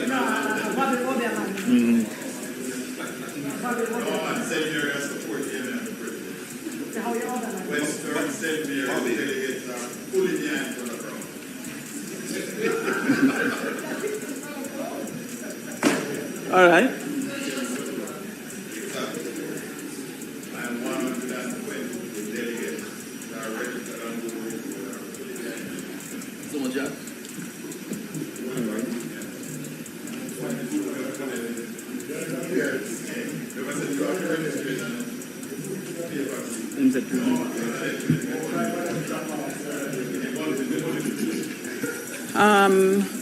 Member Crawford, unfortunately, they're still checking and cannot find the presentation. We are giving you 5 minutes from the time you were slated to start at 3:39, after which you would have to start, or we would have to move to the business of the House, continue with the business of the House, and then come back to the presentation. Okay. What would you prefer? 5 minutes take you to 3:44. 6 minutes, 3:45. I'll give you another minute. You should have started at 3:39. I'll give you 1 more minute, member. Marshall? They're trying to pull it up from a flash drive instead. All right. I'm trying to pull it up from a flash.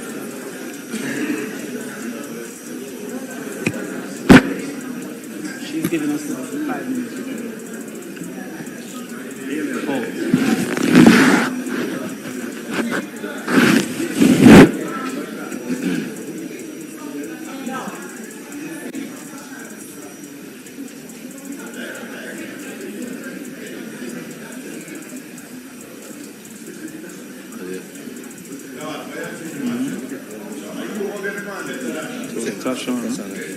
All right, Madam Speaker, in light of the circumstances and as the member seems to require the presentation to follow, we suggest the other approach, that we go forward in public business, continue the debate on NARA, and then we return.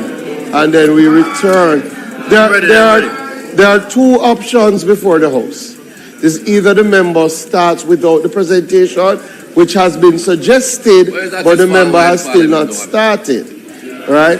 No, man, that time is up.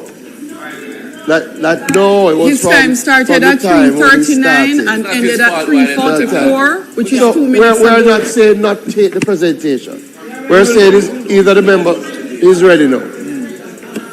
Ready. Member Crawford, you have elected to commence? Yes, I will. Thanks, member. No problem.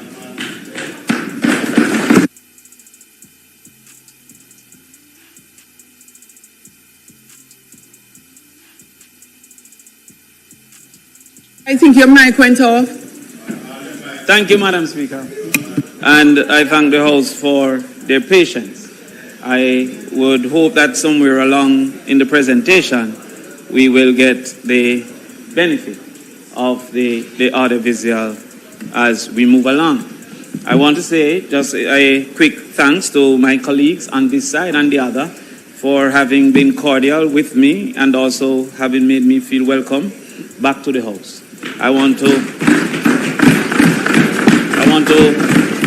also acknowledge within the galleries persons, friends of mine from the constituency and otherwise, and also persons in my support. And I want to publicly acknowledge my junior shadow person, or my deputy, newly minted Senator Thames, who is also here and in the gallery. Madam Speaker, I stand here on behalf of the parents, teachers, administrators, and students who are the tenants of the education system, now in the state of progressive collapse. Their experience are not anecdotal, and today I will play the role of a forensic auditor seeking to understand and examine the structural integrity of the system at every level, to identify and name the specific points of failure, and to determine and hold accountable those who are charged with the management of the system. Madam Speaker, the evidence along the education system of inadequacy is stark and continuous. The evidence of failure is documented, consistent, and undeniable. The causes of failure are structural, chronic, and policy-driven, and the inadequate responses are generally immaterial and has fallen catastrophically short of what is necessary. Failure, as we indicated, Madam Speaker, is consistent across every level of education. The evidence of failure is not isolated and is systematic. I've documented this evidence and is consistent across all levels. Madam Speaker, it is the duty of education to transition our children up each floor and eventually across onto the bridge of productivity and economic participation. However, that failure is stark. The crisis starts at the very top. Jamaica's tertiary enrollment stands at 19% for the ages of 19 to 14.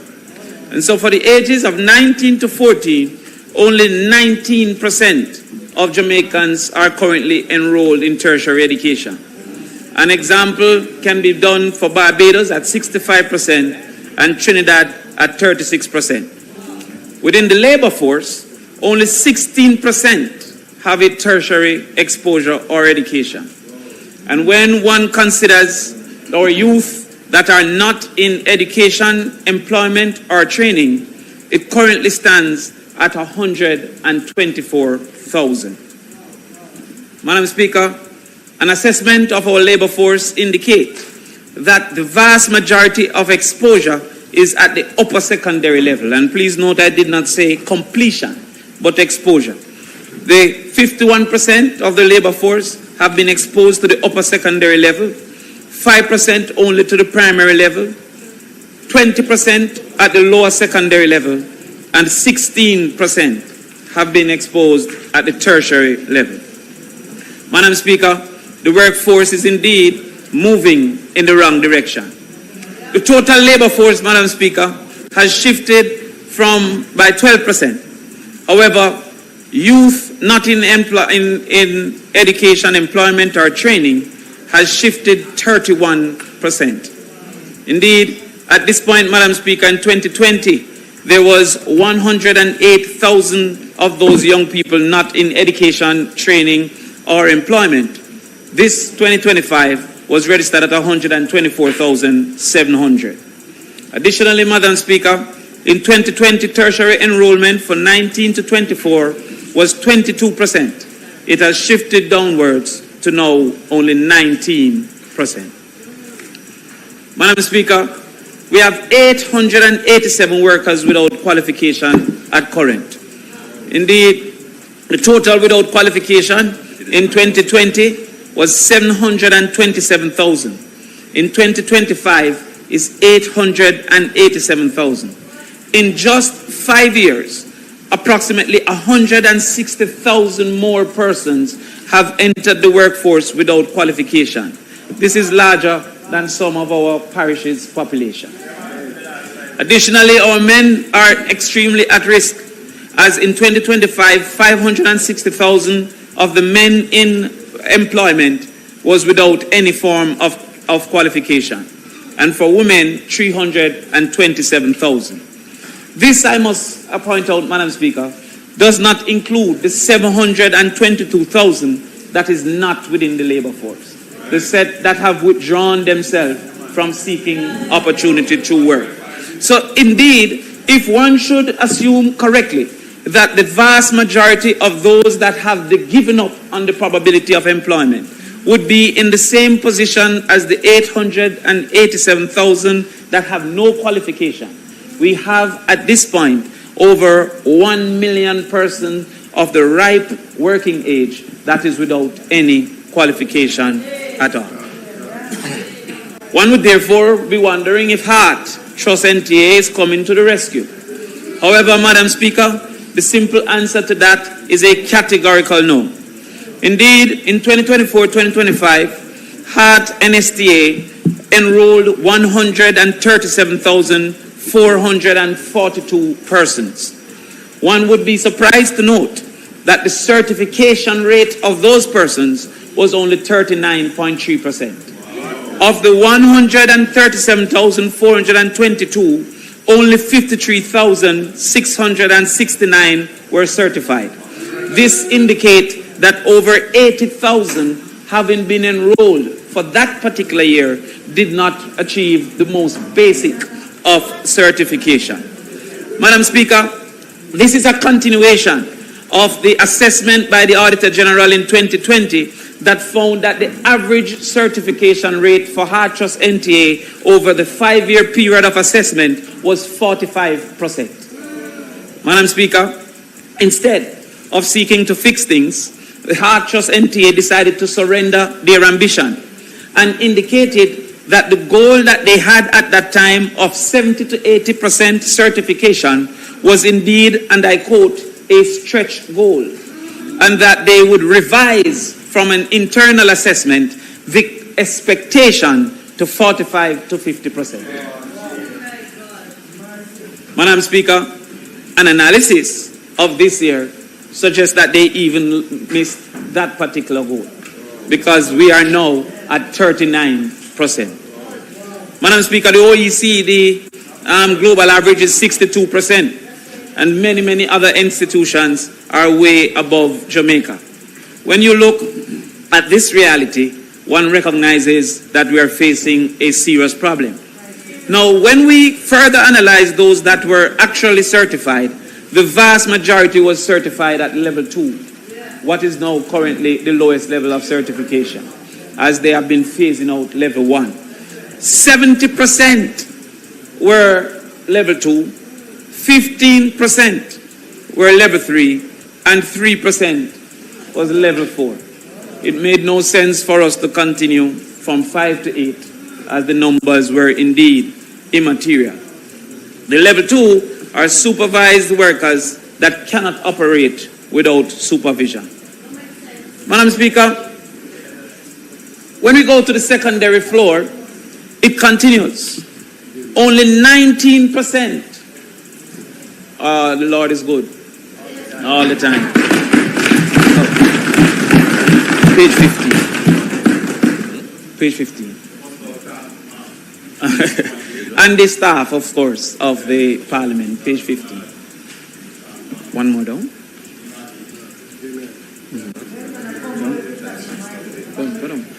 Yes. Next again. Next. All right. So as we can see here, only 1 in 5 students leave with the basic certification that is necessary, equivalent to what the United States call a GED. There would have been a uproar in the United States, member from St. James, appropriately dressed in the national colors, if the GED rate was only 19%. Indeed, if you look at the numbers, because sometimes the percents become misleading, of the 30-something thousand, 34,000 that sat the exam, 6,000 achieved the basic minimum, and 26,000 did not achieve that minimum of 5 subjects, including math and English. Now, if you look, Madam Speaker, that this have been consistent for a while, over a 10-year period, you would have 260,000 that did not achieve 5 subjects, including math and English. To the opposite, you will have only 60,000 that would have achieved this. So,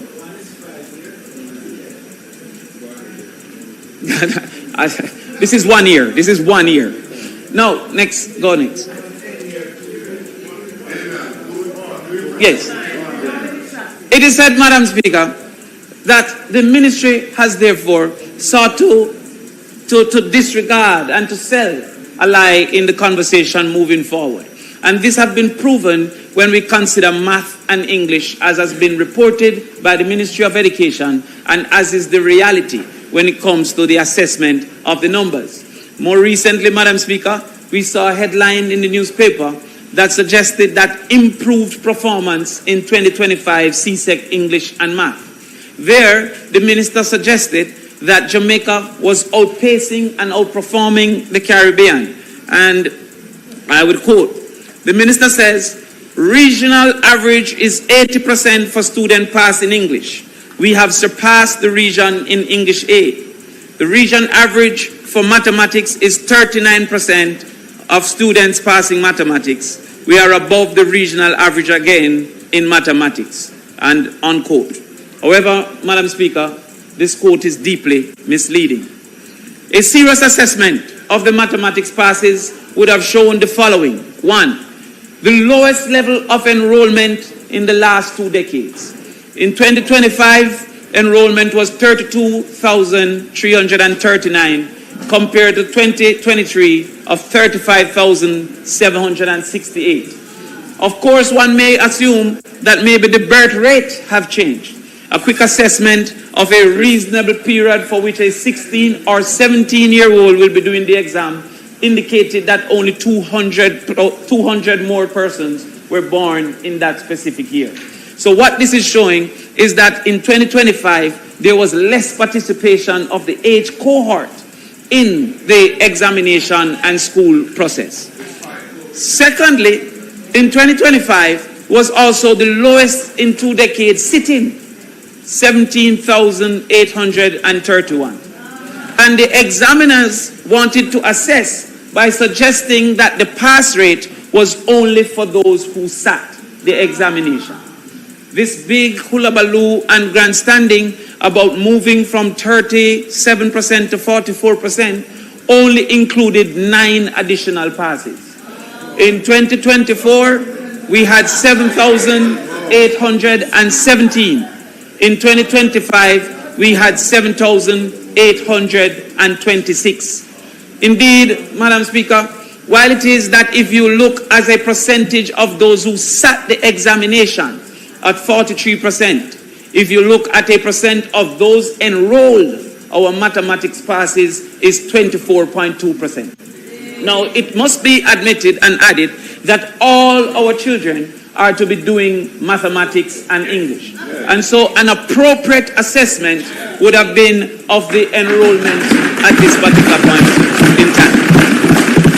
Madam Speaker, there is also a greater cause for concern because further analysis suggested that approximately 20% of the age cohort were not even enrolled.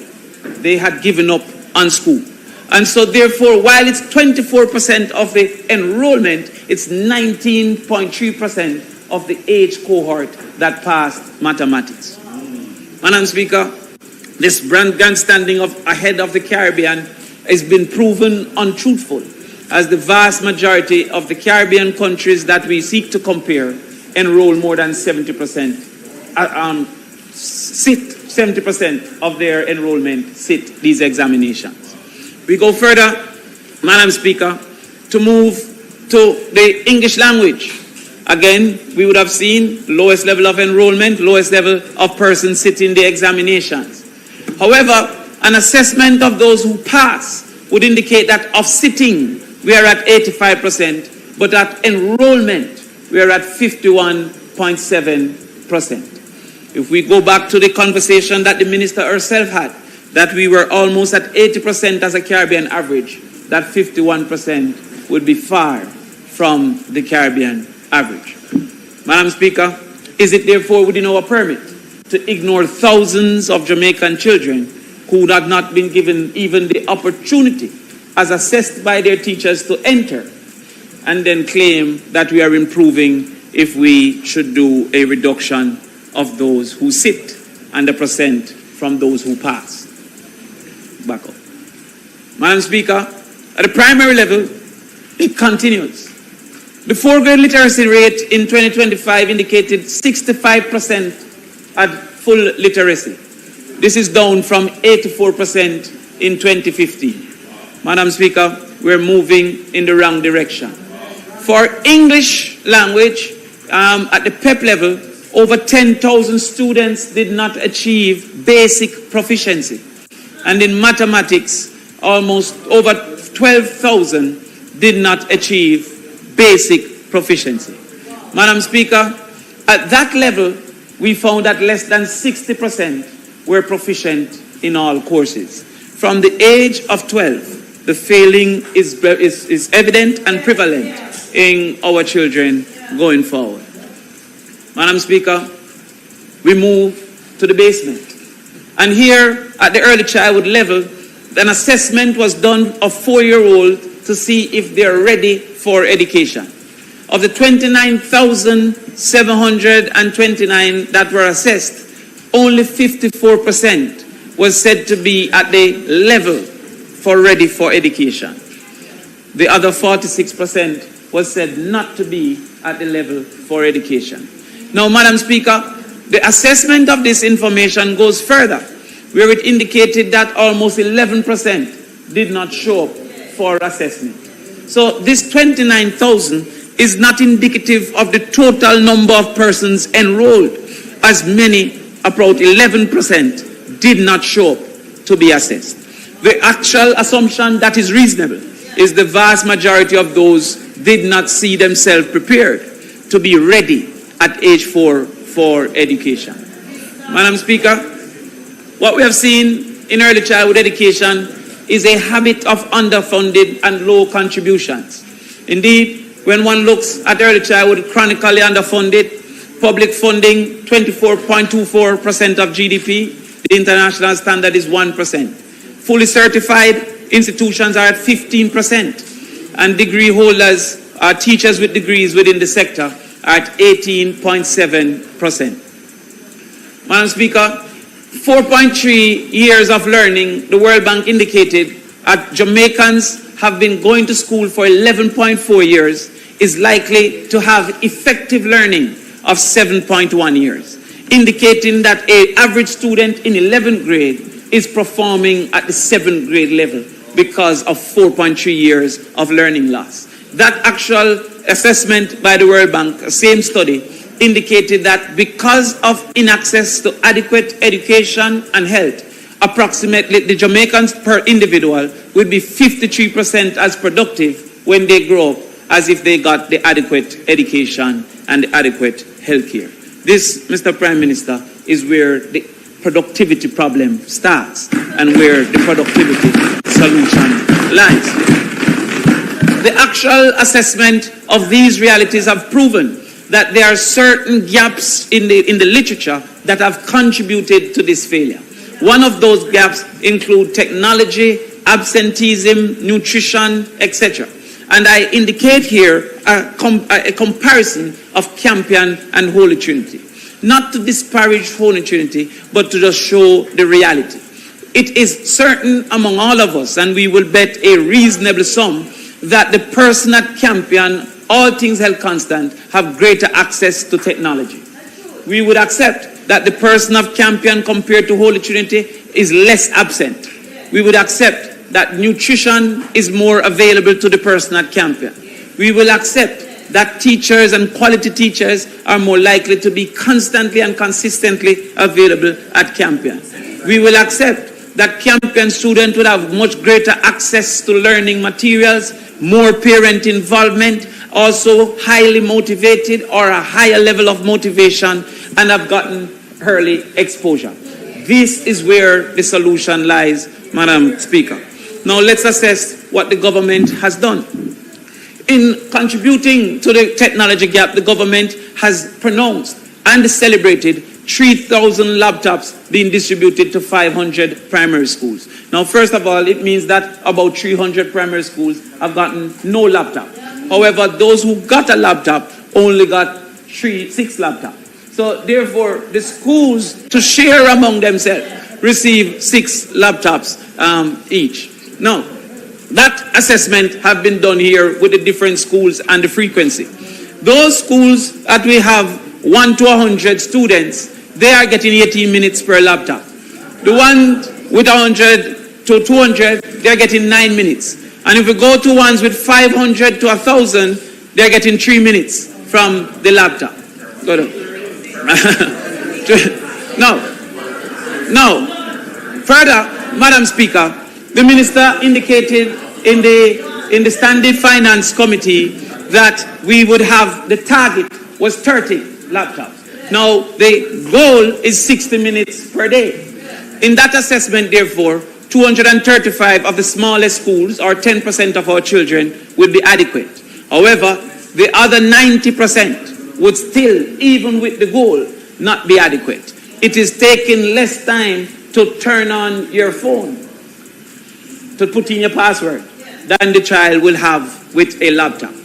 When it comes to the nutrition gap, we have seen where between 25 and 33% of students arrive at school hungry. That is a research in Jamaica.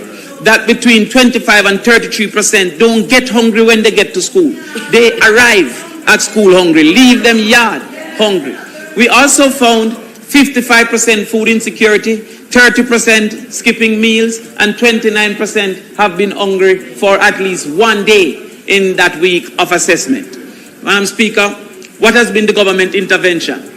Big and bold in the budget was that they were allocating $347 million for basic school nutrition. When one analyzed that there's 111,000 persons currently at the basic school level at 190 days, this translates to $18.24 per child per day. This is the contribution that the government highlights that they're giving. Additionally, Madam Speaker, Madam Speaker, I'm asking for protection. Additionally, Madam Speaker, the PATH program has over 180,000 children participating on PATH. The government has decided that they will target for breakfast 69,000 students. One assessed the $1 billion that they have allocated. Those 69,000 students, that is not inclusive of approximately 110,000 students who are in need and on path. Those 69,000 have a contribution of $76.26 per day. Madam Speaker, the principals have been concerned and there have been high levels of quarrel among them for this reality. One of the most recent was that a principal wrote to the teachers that they will only be able to distribute for the rest of the term 3 days per week because it's not sufficient to spend on the entire amount. Madam Speaker, we also suffer from chronic absenteeism. Chronic absenteeism is said to be missing 10% of the school year. That's 19 days. We are going as high as 35% in some of our regions, and the lowest region is 18%, that is Kingston. So every single region is in the category of chronic absenteeism. Indeed, in some deep rural areas, we have as high as 55% absenteeism, Madam Speaker. Madam Speaker, they have indicated in a hurricane recovery myth that all our schools are open. However, Madam Speaker, assessment in that suggests that there is hidden absenteeism. What is meant by hidden absenteeism? A child is only perceived absent if he was supposed to be at school. At this point, there are some schools still offering 3 days on and 2 days off to have a rotation of students, causing among the children a learning loss of 40 to 60% because they were not supposed to be at school, not calculated in the absenteeism numbers. Indeed, the newspaper indicated that in St. Elizabeth, over 400 students were still not found. But if you don't only read the headline, you will see further down where the police himself indicated we went into a very small sample to collect information and we reached 400 before we went into the large sample. Indeed, despite the Ministries of Education pronouncement, the president of the Students' Council Association for that region indicated that in and over St. James, St. Elizabeth and Manchester, they were observing less than half the usual capacity in the classrooms. This is what we are going, Madam Speaker. As we move forward, we see Region 1 is 18%, Region 2 is 20%, 3, 18%, Region 4, 28 to 34%, Region 6, 35%. Every single region is in the phase of chronic absenteeism. Madam Speaker, there has been a reality that absenteeism leads to dropout. And the research done by the World Bank have indicated that at the different levels of education, we can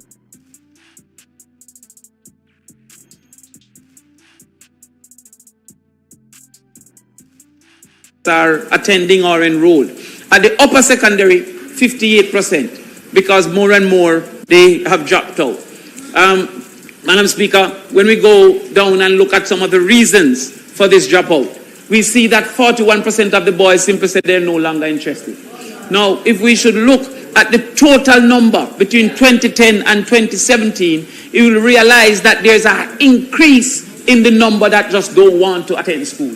there is a decrease in the value of education in that period of time. In 2010, 90% said they simply didn't want to. In 2017, 32% said they simply didn't want to. When we look at our boys, they are the ones that clearly don't want to. But look at our girls. 49% had to drop out because of pregnancy. This is a major problem that we have to consider, Madam Speaker. And to this, of the total female dropout, teen pregnancy, Madam Speaker, has become a problem in this country. Indeed, the average as recorded by the Jamaican institutions is 6,000 per year. Madam Speaker, if one looks at the reality that there is approximately 13 years of education between age 6 to age 17, we will recognize that in school at this time, 78,000 children are children of children in school at this particular point in time, looking at the rate of 6,000 per year. Madam Speaker, we therefore are asking for a reconsideration once again of the age of consent, and I once again believe that this Parliament should consider the movement from 16 to 18 as we move from a 5-year secondary institution to a 7-year secondary experience going forward. Madam Speaker, we have to protect our children, and to that extent, Madam Speaker, we're asking for these things to be considered. Madam Speaker, the government response have been failed bus system. They have also impacted negatively the teachers' ownership of vehicles, despite the insistence that the principals and the guidance counselors should move into these areas to interface with the children and get them back. There has been no increase in the PATH program. Madam Speaker, there is an exodus of teachers moving out of school. 10 years ago, 350 resignations in that year. In 2022, 1,800 resignations in that particular year. Madam Speaker, additionally, 145 math teachers resigned in 2022. That's 10% of the math teachers that are available to the system. Madam Speaker, the government has failed with no retention plan.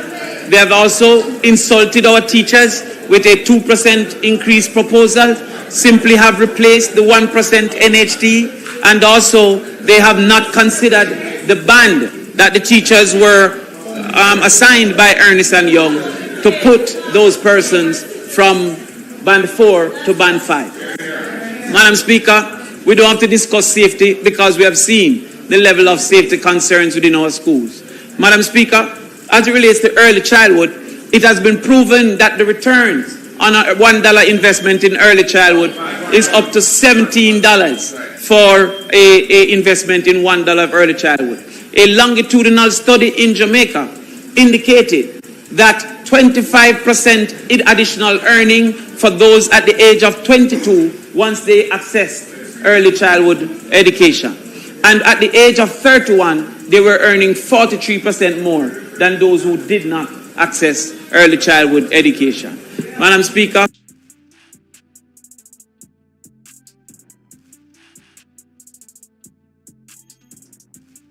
they earn more, they are significantly less likely to engage in crime. Minister Chang, transitions more smoothly through the entire system, are more likely to attend school consistently. They build cognitive foundations for lifelong learning, and also they are more likely to complete their education.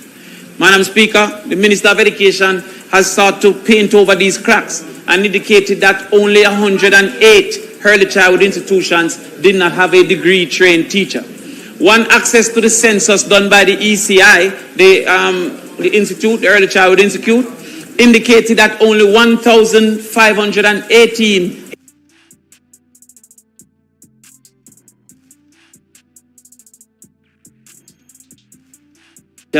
and 658 are sure not to have a trained teacher. One wonders, therefore, where did we get that information of 108? Now, this trained teacher must also be established to be an exaggeration because most are diploma trained, despite the government's insistence that they should be degree trained. Additionally, the permanent secretary from the Ministry of Education indicated that they were investing $38 billion in early childhood education, when the budget before us indicated only $8.5 billion. So one must wonder where they're getting this.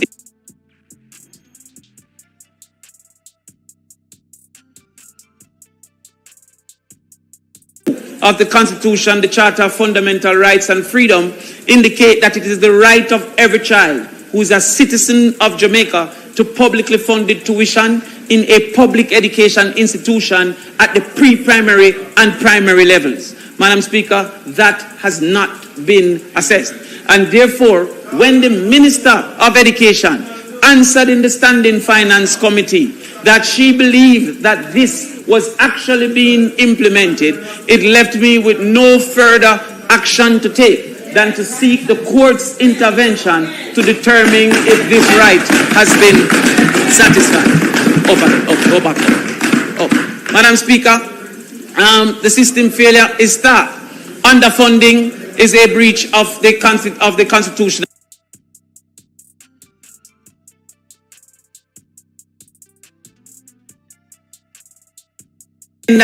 Of 30% to 90% are being absent is a breach of the constitutional right. And to that extent, Madam Speaker,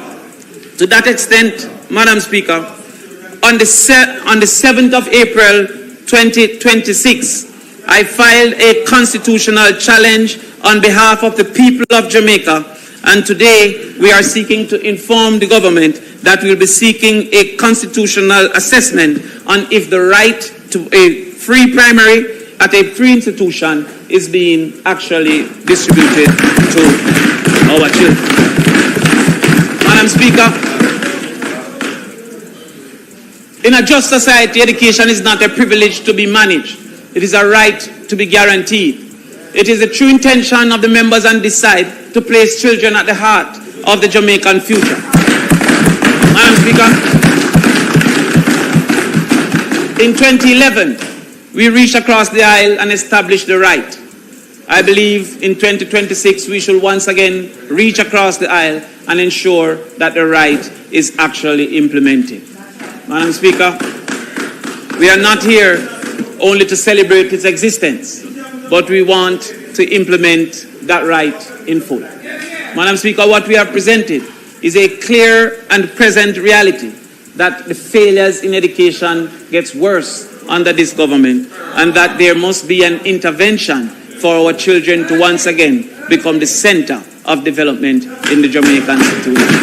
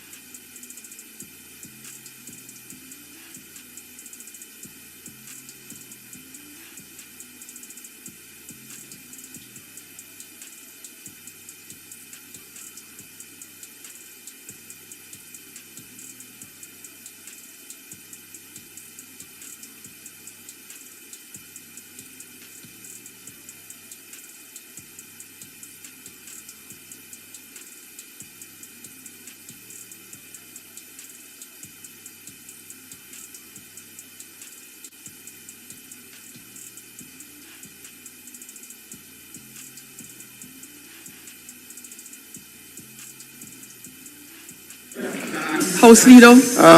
Madam Speaker, we thank the member for staying within the time limit for the presentation. And I am sure the presentation will be the subject of significant review. But we thank the member for his contribution. And his final slide about let's go together is a good note to end on and to move into the continuation of the debate around the National Reconstruction Authority. Let us go together. Madam Speaker, as we are in public business, we are going to continue the debate on the National Reconstruction Authority. I know that there are some members who have indicated. I know, so no, we're going to continue. We're in public business now. We had suspended the agenda to come to public business under public business, we're going to continue. We're going to continue the debate on NARA. So I'm going to ask, Madam Speaker, that we suspend the sectorial debate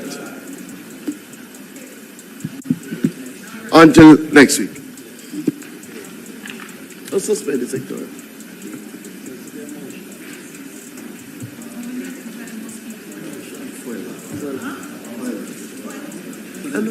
So members, just for your information, there is nothing in respect of the agenda items for today that would prevent us from continuing in public business with the debate on the NARA bill. We now ask that the House approve the suspension of the sectoral debates to continue next week. Those in favor? Aye. Those against? The ayes have it. House Leader? Thank you, Madam Speaker. As I was indicating, we will further on recommit other matters of the agenda. But as we are in public business and those matters don't touch on concern the NARA bill, we want to continue the debate to closing and take the NARA bill through all its stages today. So the members who have not yet participated, who intend to participate, they can indicate so that House Leader, I have asked both leaders of opposition business and the leader of government business to provide the names of the members who are expected to participate today in the debates in respect of the NARA bill. And I've also asked for a sequence so that it is far more orderly. So I will start with the opposition. The first member on the opposition side slated to speak is the member from Westmoreland Eastern.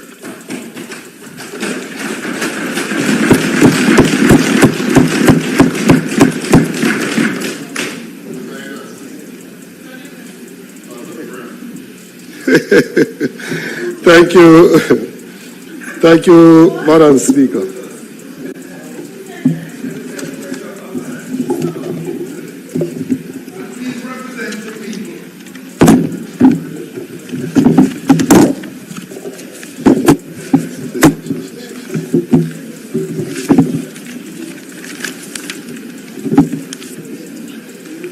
Thank you very much, Madam Speaker. Madam Speaker, let me begin by making one thing absolutely clear. On this side of the House, we do not oppose reconstruction.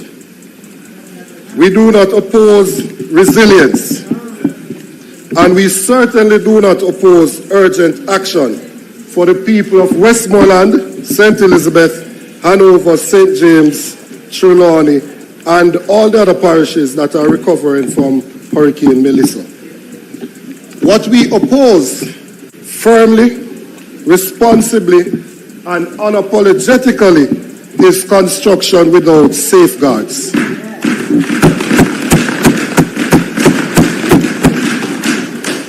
Because, Madam Speaker, history teaches us that when large sums of money, emergency powers, and weak oversight converge, the result is not efficiency, it is risk.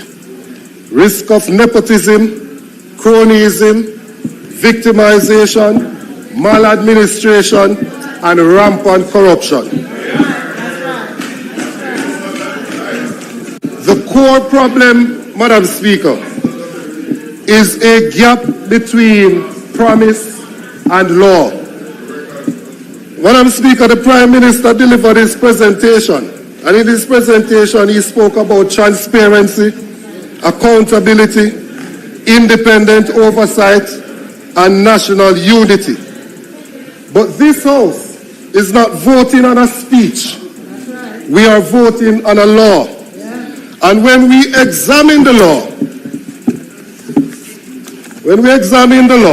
the bill before us, we see a troubling pattern. Many of the safeguards described in the Prime Minister's presentation are not in the bill.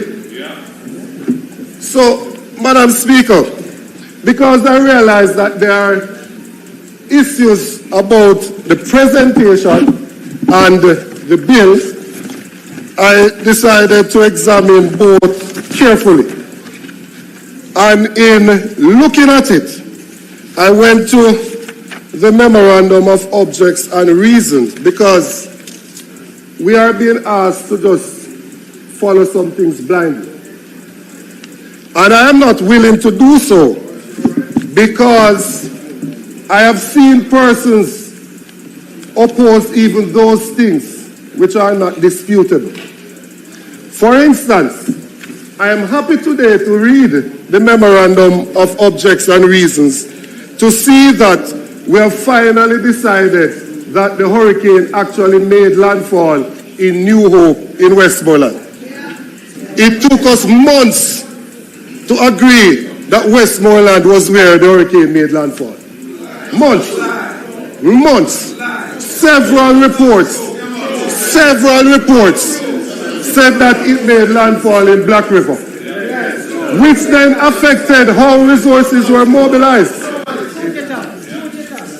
There are several records to show. On a point of order. Several records to show. No, listen. On a point of order. Several reports. The member. Several reports.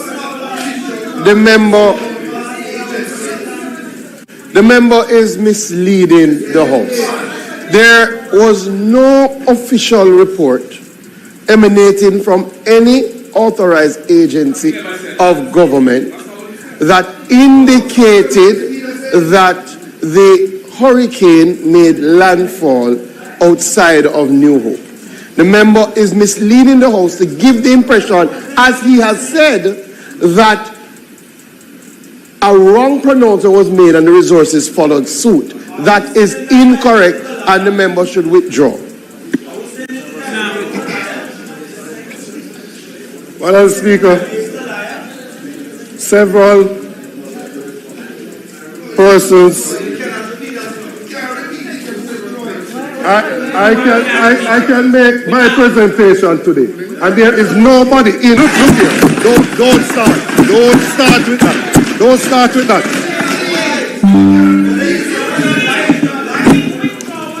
You know, Madam Speaker, point of order about what? The same thing that he said?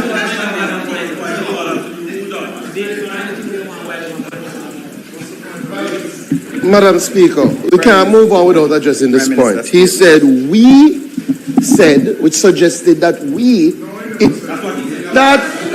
can send for the answer. He said, we said many times that the hurricane made landfall, and went on to say we said the hurricane made landfall in Black River. That was never said, because it's just factually inaccurate. So the member can continue, but he cannot mislead the House on the point.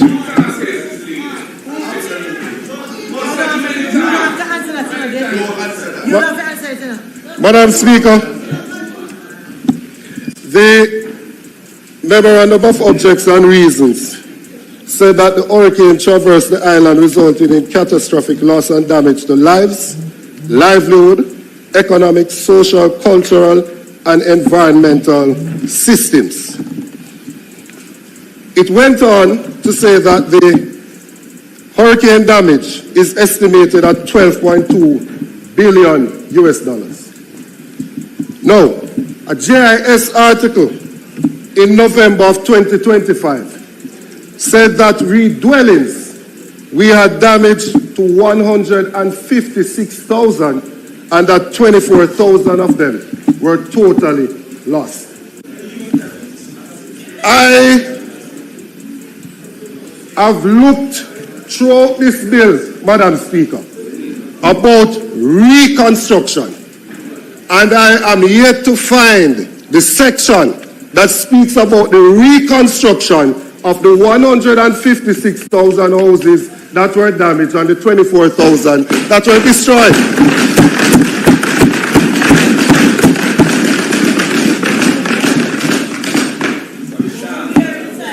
Significant housing loss.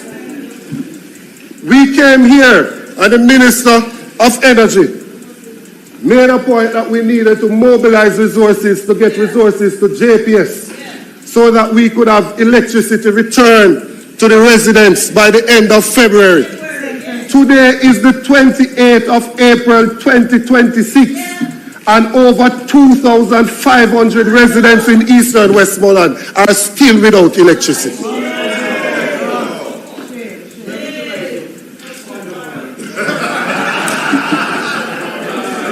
Madam Speaker, the member is misleading the House.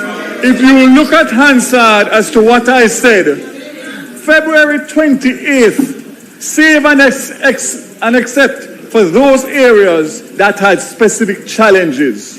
He failed to add that. And I can say, Madam Speaker, I can say that as of today, we're at 99.6% with under 2,000 people still without electricity to be done in the month of April to May. So, if you're going to quote me properly, please. You know, Madam Speaker, I'm not here to pick a fight with the Minister of Energy. I'm not.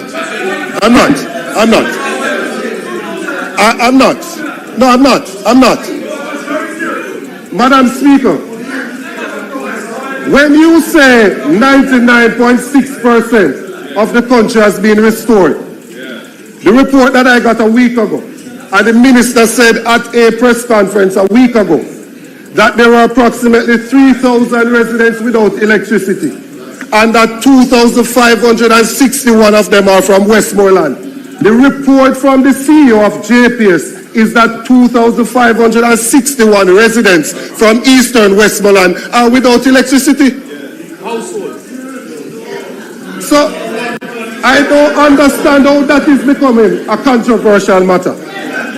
The hurricane made landfall in the constituency, devastated the constituency, and we have seen no priority attention in there to get back electricity to these persons. And when we have this bill, I am taking this bill.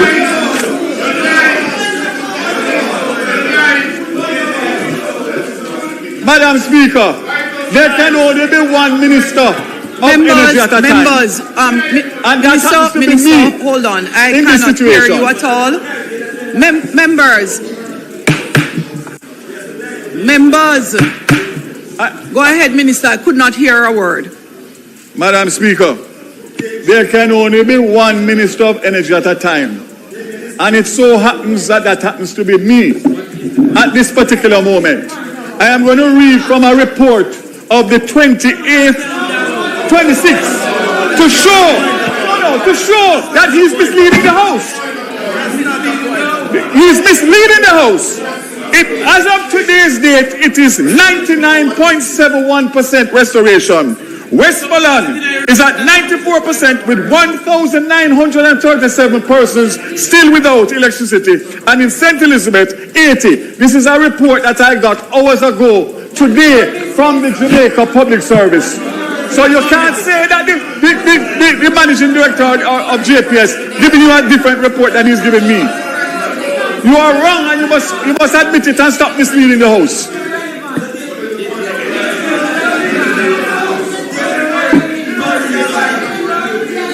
Madam Speaker, am I going to be allowed to make my presentation? Members, if a point of order is raised and the person who is on their feet debating wish to respond to the point of order, I'm going to... hold on, no. You're missing the point, member, and I won't name you. It is for the benefit of the person who is on their feet so they don't lose time. So member from Westmoreland East and others who will speak after, when a point of order is raised, if you would like to respond to it, please signal, because that way your time does not continue to run. I do not want you to lose time in the debate. If you are not responding to the point of order, then your presentation continues. Sure. Thank you, Madam Speaker. I want to be abundantly clear. The report that I got from the CEO just over a week ago stated that you have 2,561 customers in eastern Westmoreland that are without electricity. That is the report that was given. If you simply go to Google and type in VAS electricity 2005-61, it will come up. Now, the point I am making, Madam Speaker, is that I want to support this bill because the people in the constituency have been devastated. But I want to see in this bill the reconstruction for the people in eastern Westmoreland.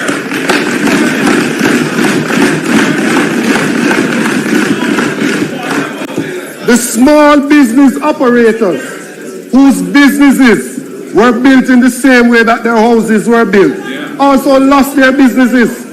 The small farmers down there, the shopkeepers who need electricity to refrigerate their items, they don't have it. And I am not seeing that in this bill, and that is what I want to see in there. How it is that we are going to impact on the small people in eastern Westmoreland who are suffering. Today being April 28th is exactly 6 months since the passage of the hurricane. And we still have these persons without the basic commodity.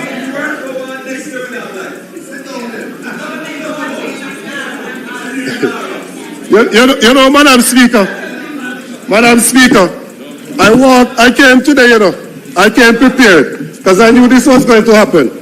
I came with my Bible, I came with my Bible. I knew this was going to happen. I knew it was going to happen. I came prepared because I knew it was going to happen. And I want to turn it, Madam Speaker. Proverbs 1 verse 10, Madam Speaker. My son, if sinners entice you, do not consent. I am not consenting today to the disruption that is coming from over there. No consent today.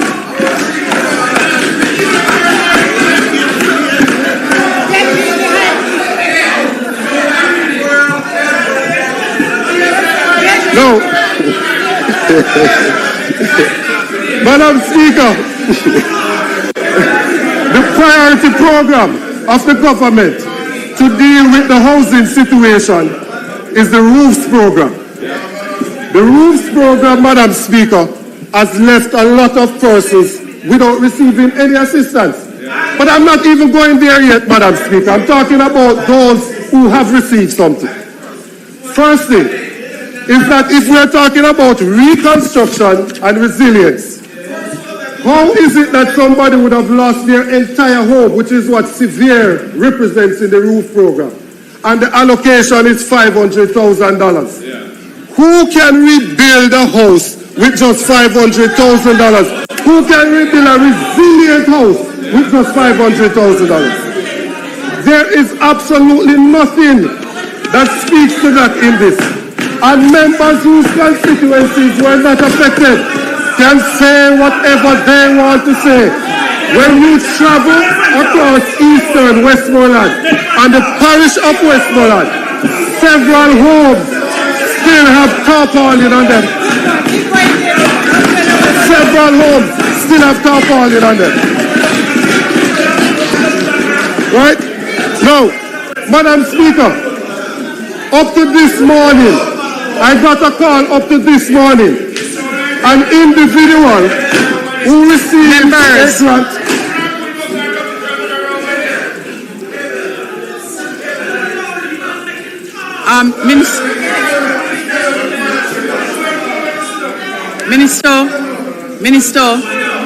Minister, before you make your point of order,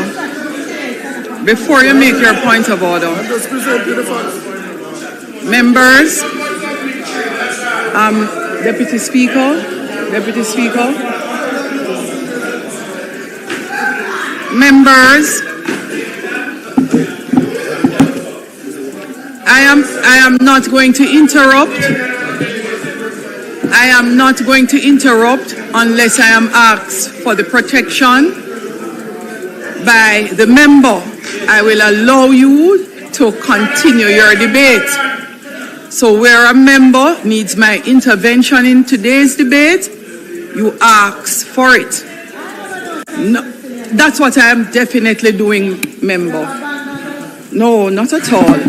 Especially the member who doesn't need my protection. Members, in addition, let me help you with appreciating what happens for the general public.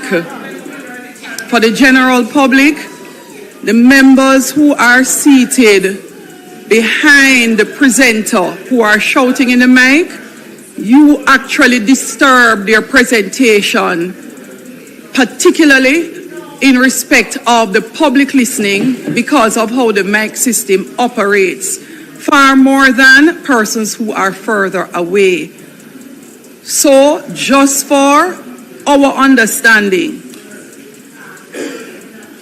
when the noise comes from both sides of the house, and particularly when it comes from close to the person presenting, you significantly disturb the presentation of the member closest to you. Now, there is a point of order being raised. Minister Charles, are you, member? Point of order?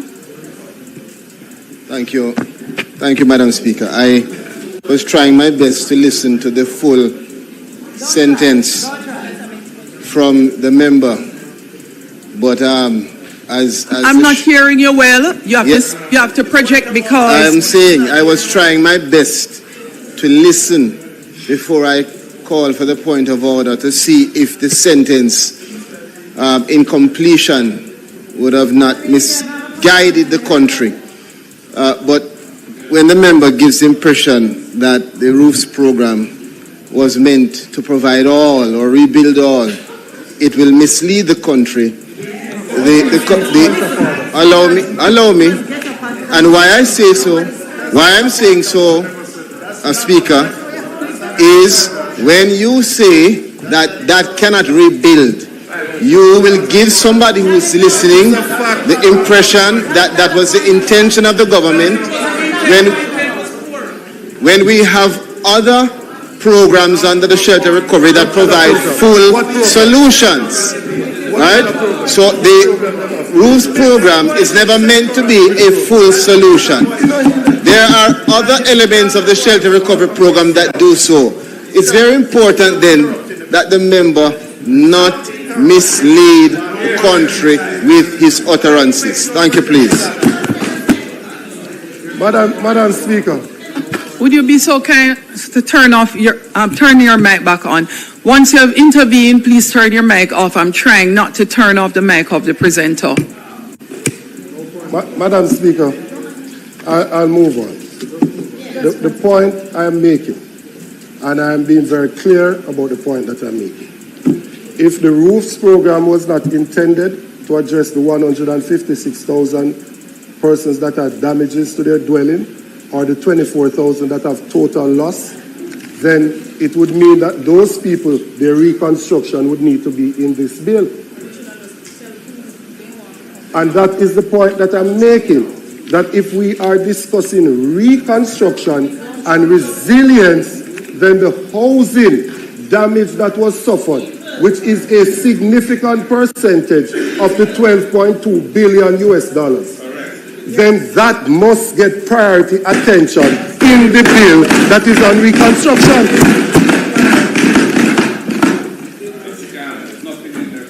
Now, I got a call today, Madam Speaker, and the individual was complaining that they haven't gotten anything from roofs. And so I checked with the ministry. And when I checked, the ministry said that the person already benefited from a program through TEF. So I checked as to how much did the person benefit from TEF. The person got $100,000 worth of material. And based on that, the person is ineligible to benefit from the roofs program.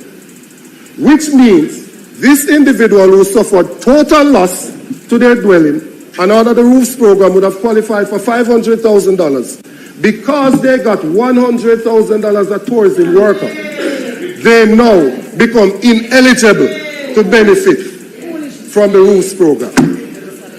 That is something that must be addressed. Yes. There is actually a difference between politics and governance, Madam Speaker. When I'm on the political platform, I am one of the most strident politicians you will find, making my political point. But when I'm in here, Madam Speaker, I'm talking about the governance and how the lives of the people that I represent are being affected.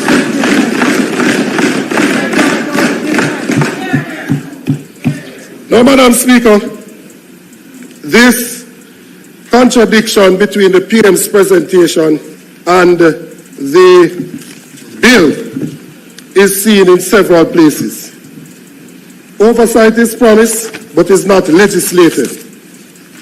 We were told that there would be an independent oversight body, JAMROC, modeled after EPOC. We were told it will provide public accountability, independent scrutiny, and even opposition representation. But, Madam Speaker, JAMROC is not in the bill. The PM claims robust independent oversight, but the bill does not create it. There is no statutory body with the appropriate governance structure.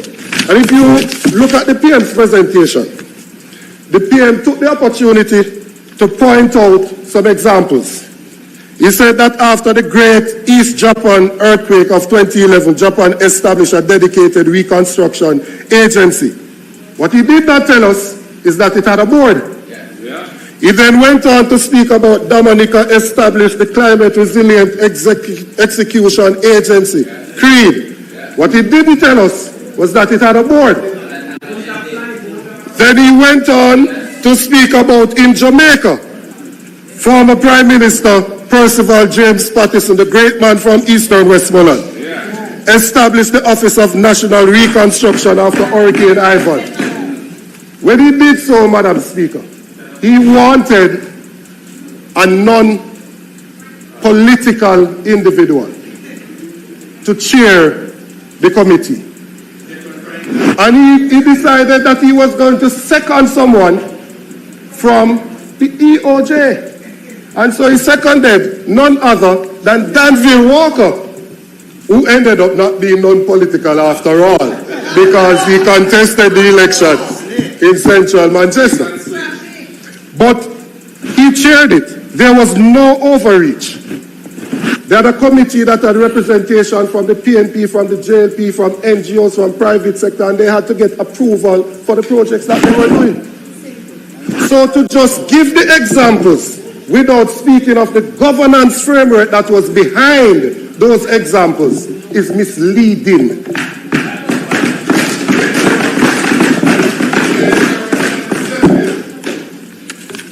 Now, there is no legal requirement for independent monitoring, no reporting schedule, no obligation to publish oversight reports. Instead, what the bill says, it says that the minister may give direction to the authority, and the authority shall comply. Madam Speaker, that is not independent oversight. That is executive control. As the House is being asked to rely on executive assurances instead of legislative safeguards, you cannot ask Parliament to pass hard powers into statute and accept the soft safeguards on trust. That's right.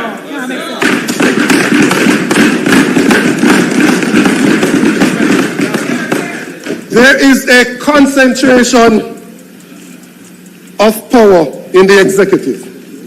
Madam Speaker, let us examine the structure being created under this bill. The PM appoints the CEO. The minister determines the CEO terms, remunerations, and conditions. The minister can issue binding directions. The cabinet determines which projects proceed. The authority cannot implement plans without cabinet approval. And critically, there is no governing board.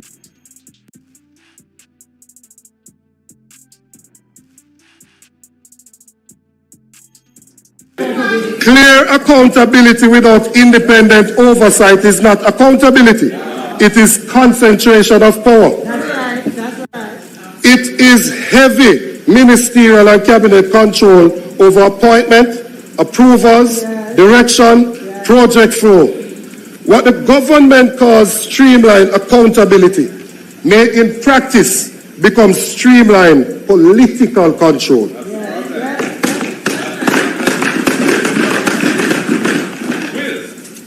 Reprocurement. This is possibly the most serious omission.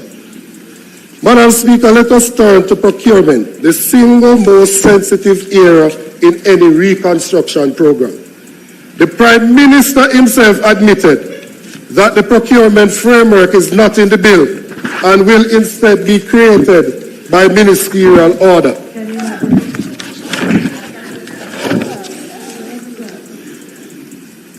This is the Prime Minister. On the specific question of procurement, the procurement framework for NARA is not incorporated in the bill itself.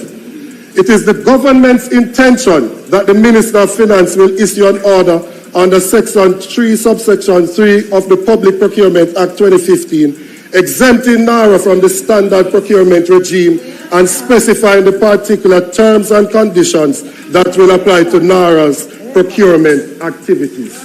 End of quote. Madam Speaker, let us pause right there. Parliament is being asked to create the authority, grant it power to spend billions, allow it to procure goods, works, and services without knowing the procurement rules that will govern those contracts. No tendering principles, no publication requirements, no conflict of interest provision, no mandatory disclosure framework for awards.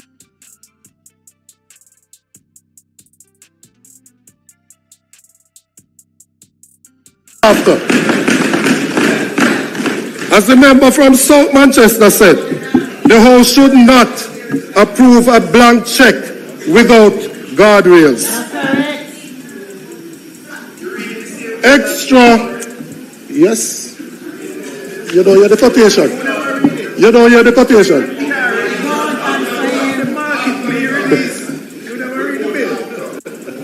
There are extraordinary powers to override existing laws. Madam Speaker, the bill will not merely coordinate, it overrides.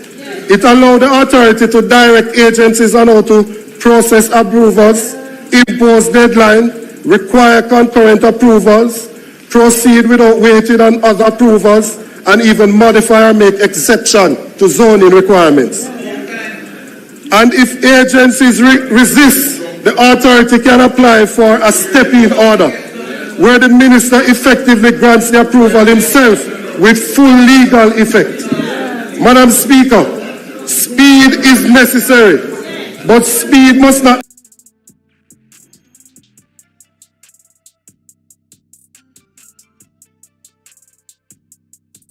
also a process that remains internal to the executive. There are transparency claims.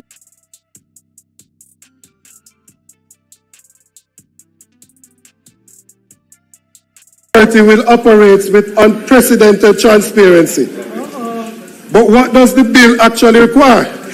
One, a register of projects and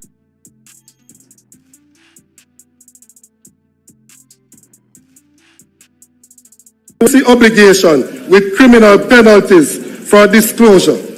There is no requirement to publish procurement awards, no requirement to publish contracts, no requirement to publish step-in decisions.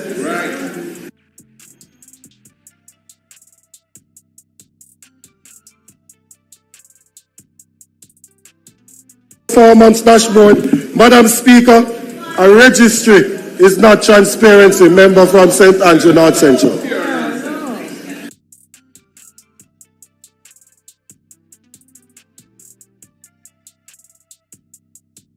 The FAST program, Madam Speaker, that is narrowly tailored disaster recovery is a broad investment fast-track regime.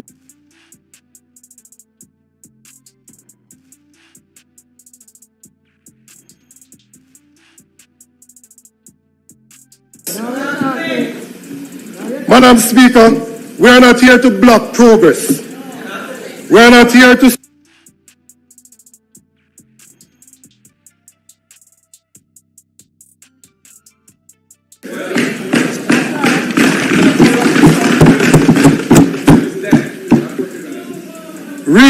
statutory oversight. There should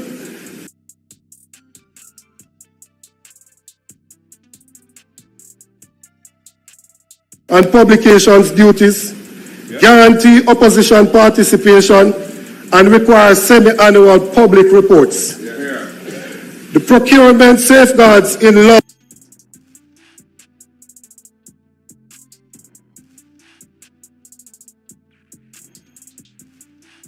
of all major contracts.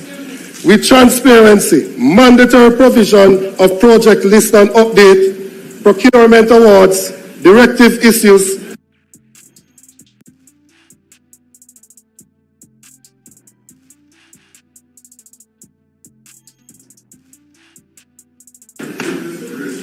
the parliamentary oversight. There should be mandatory semi-annual reports to Parliament, not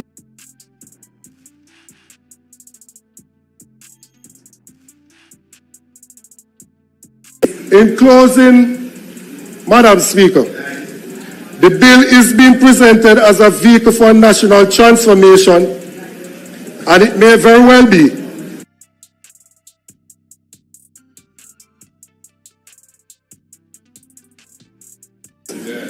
The country needs speed, yes, but the country needs safeguards. If JAMROC is essential, put it in the bill.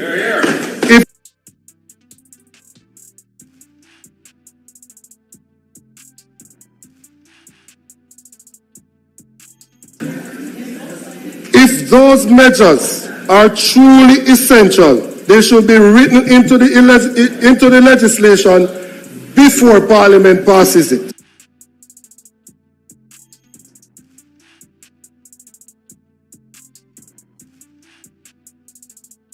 Checked power. We do not support rebuilding on a weak governance foundation. Let us not just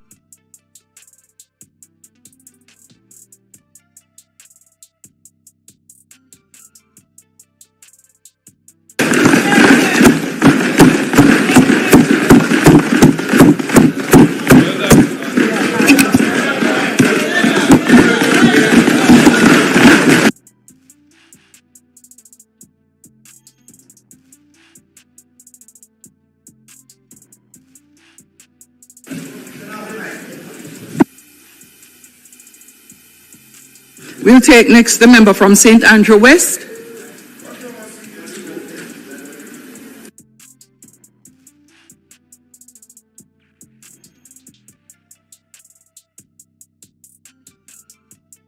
The member from St. Andrew Southwest.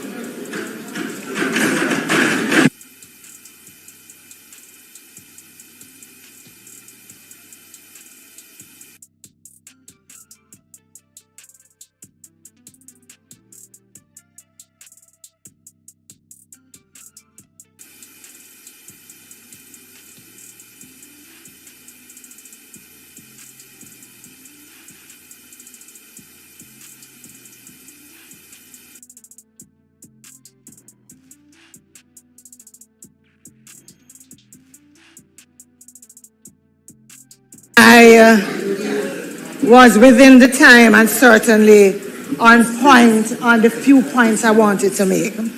And so I've actually written it.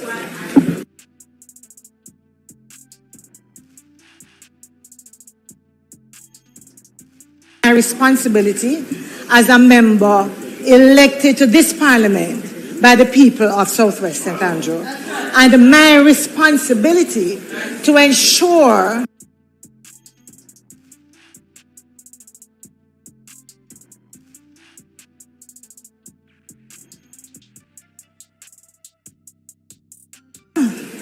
I went and I looked at the objects of the bill.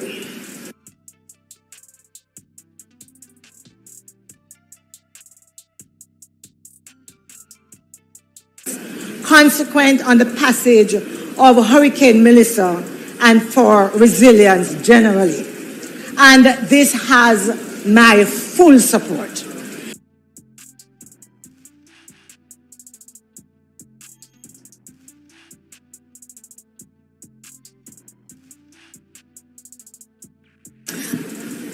Extremely concerned that such an important institution having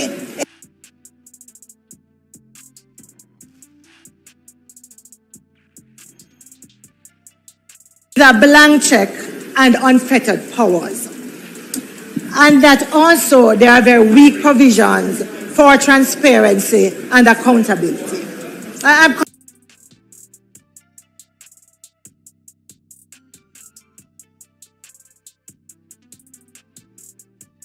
Being railroaded through Parliament by a government who has no problem in 2017, agreeing to 400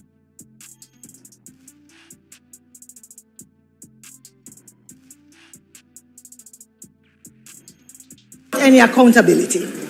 Even now, not a soul know where they carry them there. The same government with the ministers spending money on the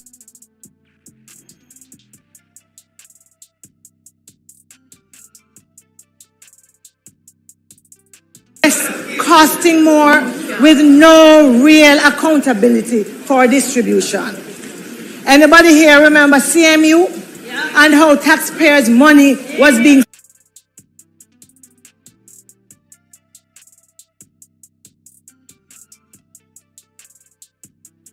those, man, that was the used car scandal we talked about. The same issues, serious procurement breaches, contract bidding rules being breached.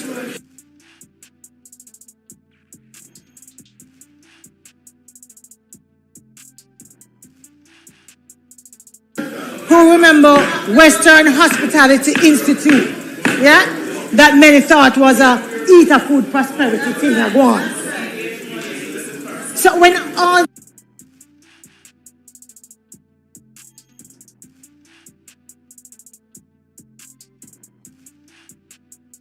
that in most of the cases I've cited, what the Auditor General's recommendation was.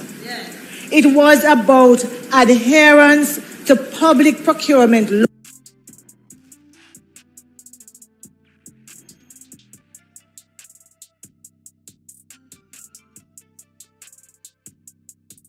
So you can ignore the transparency and you can ignore procurement laws.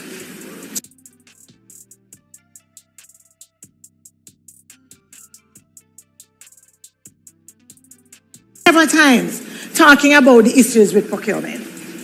And I have no difficulty if we believe that there needs to be changes.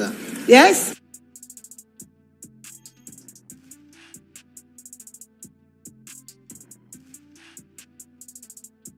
See that at work in this bill that is before us. And so, Madam Speaker, through you,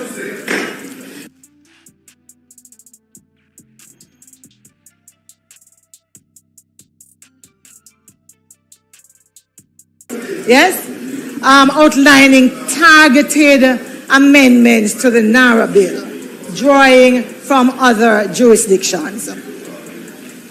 And I'm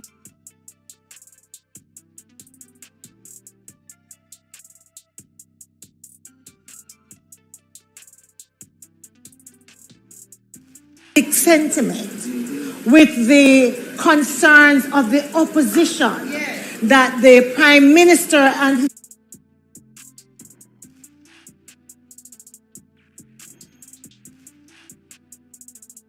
our public duty and pause for a while, review and rework and wheel and come again.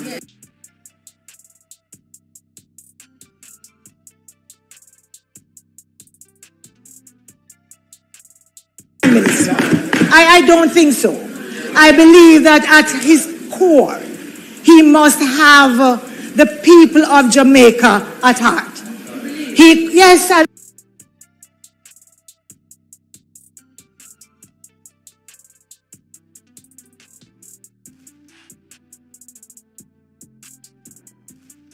With these bills, and to see others just stuff their money, their pocket full of money, and don't have no concern.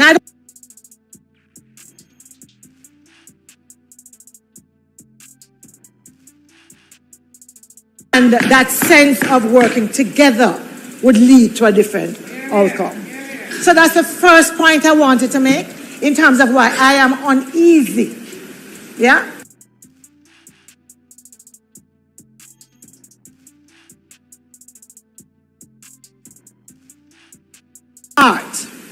I am a local government practitioner.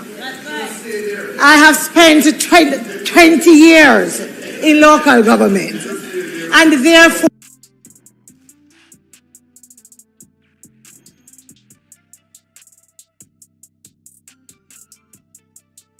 and gives NARA the right to ignore the professional advice of municipal corporations and mayors. It doesn't.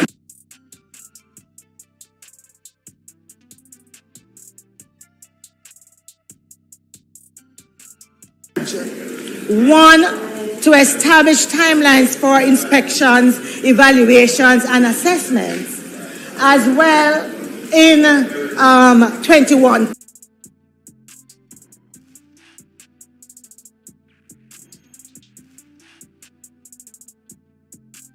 By the authority.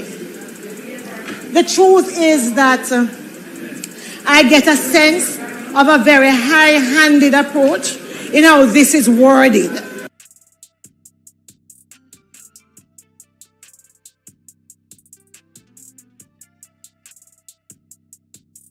We understand that.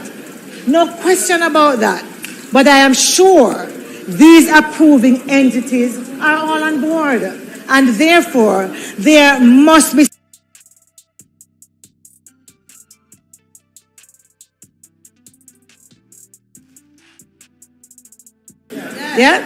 But NARA is designed to run roughshod over their opinions.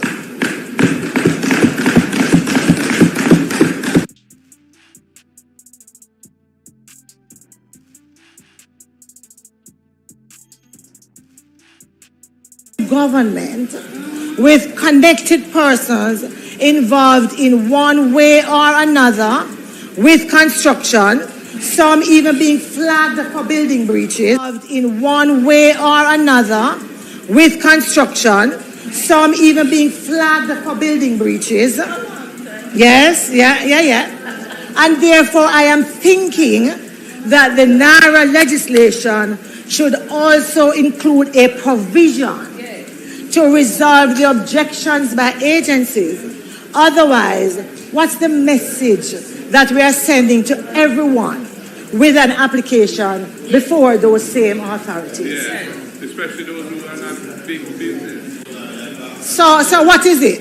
Is only the big trousers man them can ignore parish council? The rest of us mortals have to go make changes to our plans when they object to what we have in front of them. That for me don't sit right. It doesn't sit right. Quite frankly, Madam Speaker, I think there's a very easy fix for this, quite frankly. I believe that what we could do is simply include in the legislation actual pre-approval consultation. Yes? So that that mechanism is encompassed in the law itself.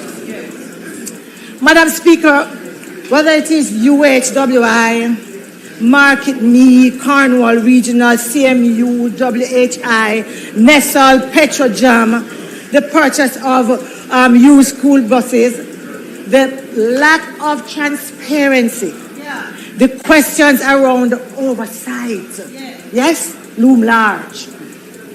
They loom large. And then I look under part 2 of the bill, clause 7, and I see that the minister may appoint a committee to examine and report to the minister on any matter arising out of or connected with any of the authority's powers. But that is may. First of all, I believe that NARA needs a proper oversight committee, where that appointment is not may, but shall, in terms of these kinds of reports and overview. There should also be a mandatory reporting cycle to Parliament, as the opposition leader and others have signalled and suggested. So, Madam Speaker, as I take my seat, I want to say that all of what I have placed on the table does not leave me with a level of trust that would have me voting for this NARA legislation in its current form without specific clauses in the legislation to ensure greater transparency and accountability. Because at the end of the day, it's my children and grandchildren. It is going to be the people of Southwest St. Andrew, in fact, all Jamaicans, who are going to bear the burden of repaying this debt. Thank you.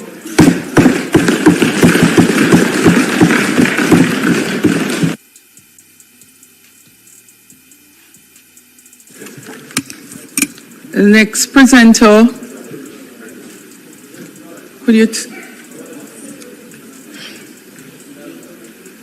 next presenter is the member from St. Catherine West.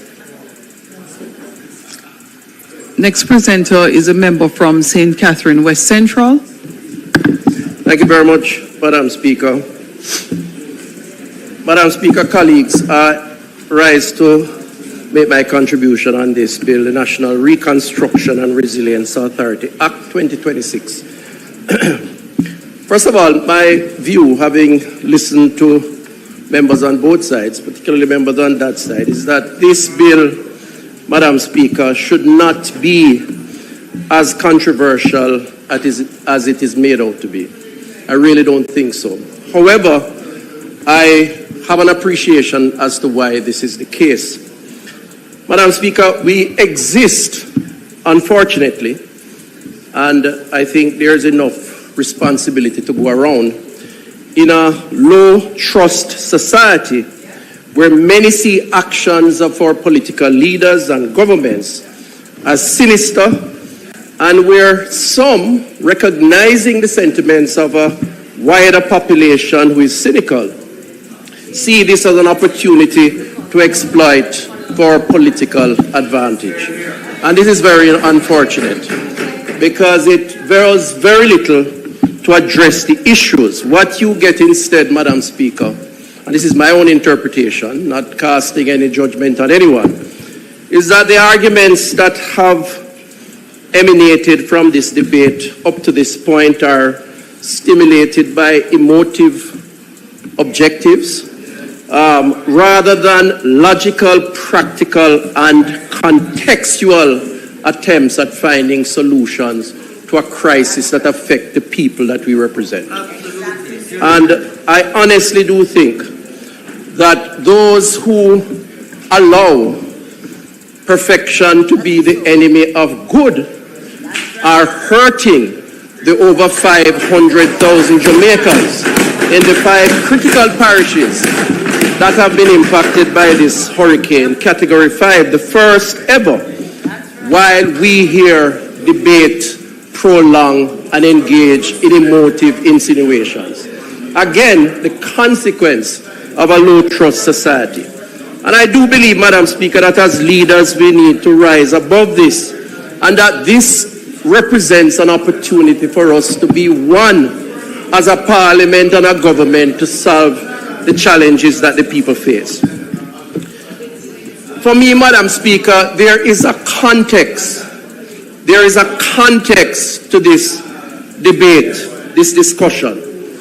This is a context that has a practical component to to which this bill seeks to address, and it appears is being ignored. For example, the member from Eastern Westmoreland, who I know has been impacted, and indeed 2 or so days after the storm, I went to his area, and I believe a week or so, he and I were at a similar location trying to address some of the challenges. And I saw the pain, rightfully so. But we were there, working together. But the member, I think, is, and I say so respectfully, is failing to appreciate when he speaks about the title of the bill and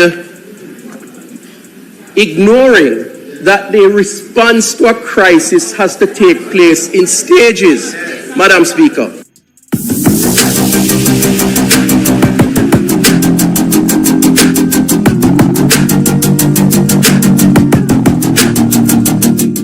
Warning, lightning storm created.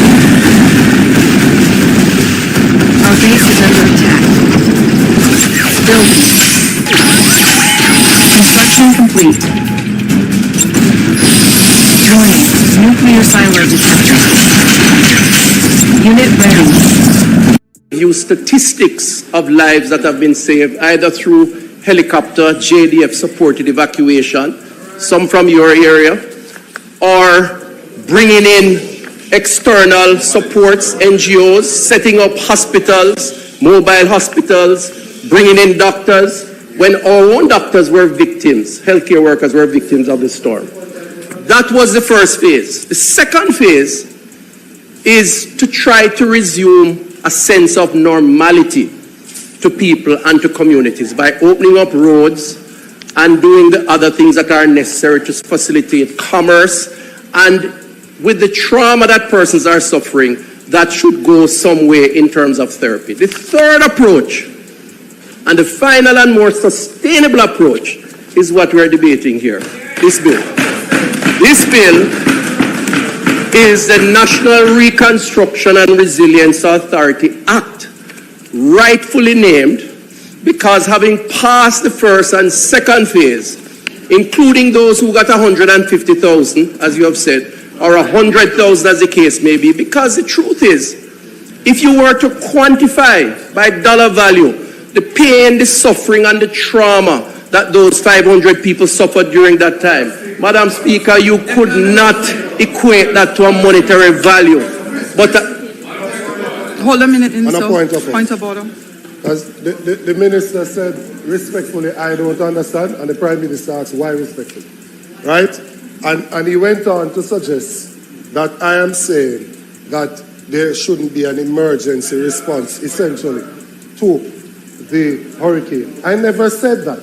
The point I made, Madam Speaker, is that based on how the relief efforts are structured, if an individual got $100,000 through TEF, and that same individual had total destruction of their home, so during that initial phase that you try to do something for them, they cannot go and get the benefit of the $500,000, having already benefited from the $100,000 through TEF.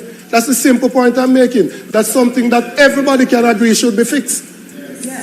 Madam Speaker, I take the member's suggestion, but I would say that this is not a reason to oppose the bill which we are debating here in this House. What we're debating, what we are debating, Madam Speaker, and Madam Speaker, this is why, Madam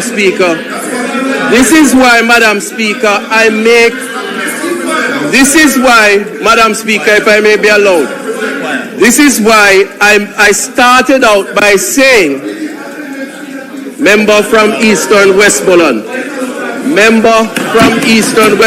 Madam Speaker, some protection from you, please. Madam Speaker, the member